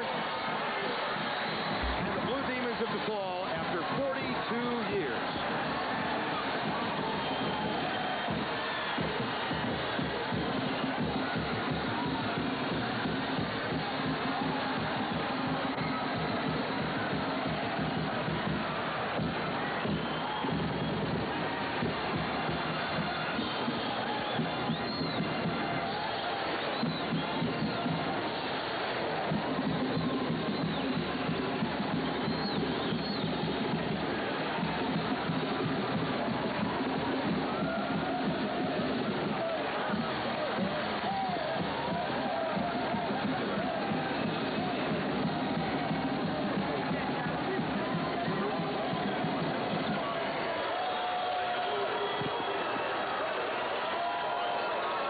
Ray Meyer, 42 years, 724 victories, and his final game in St. Louis.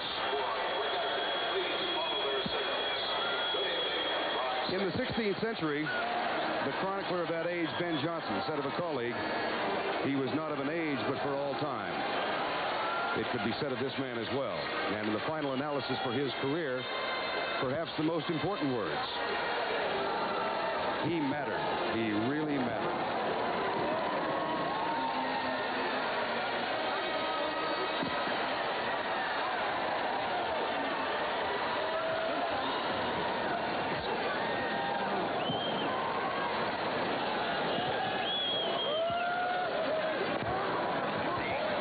It was a Danny Young layup with 2 seconds remaining in overtime after Kenny Patterson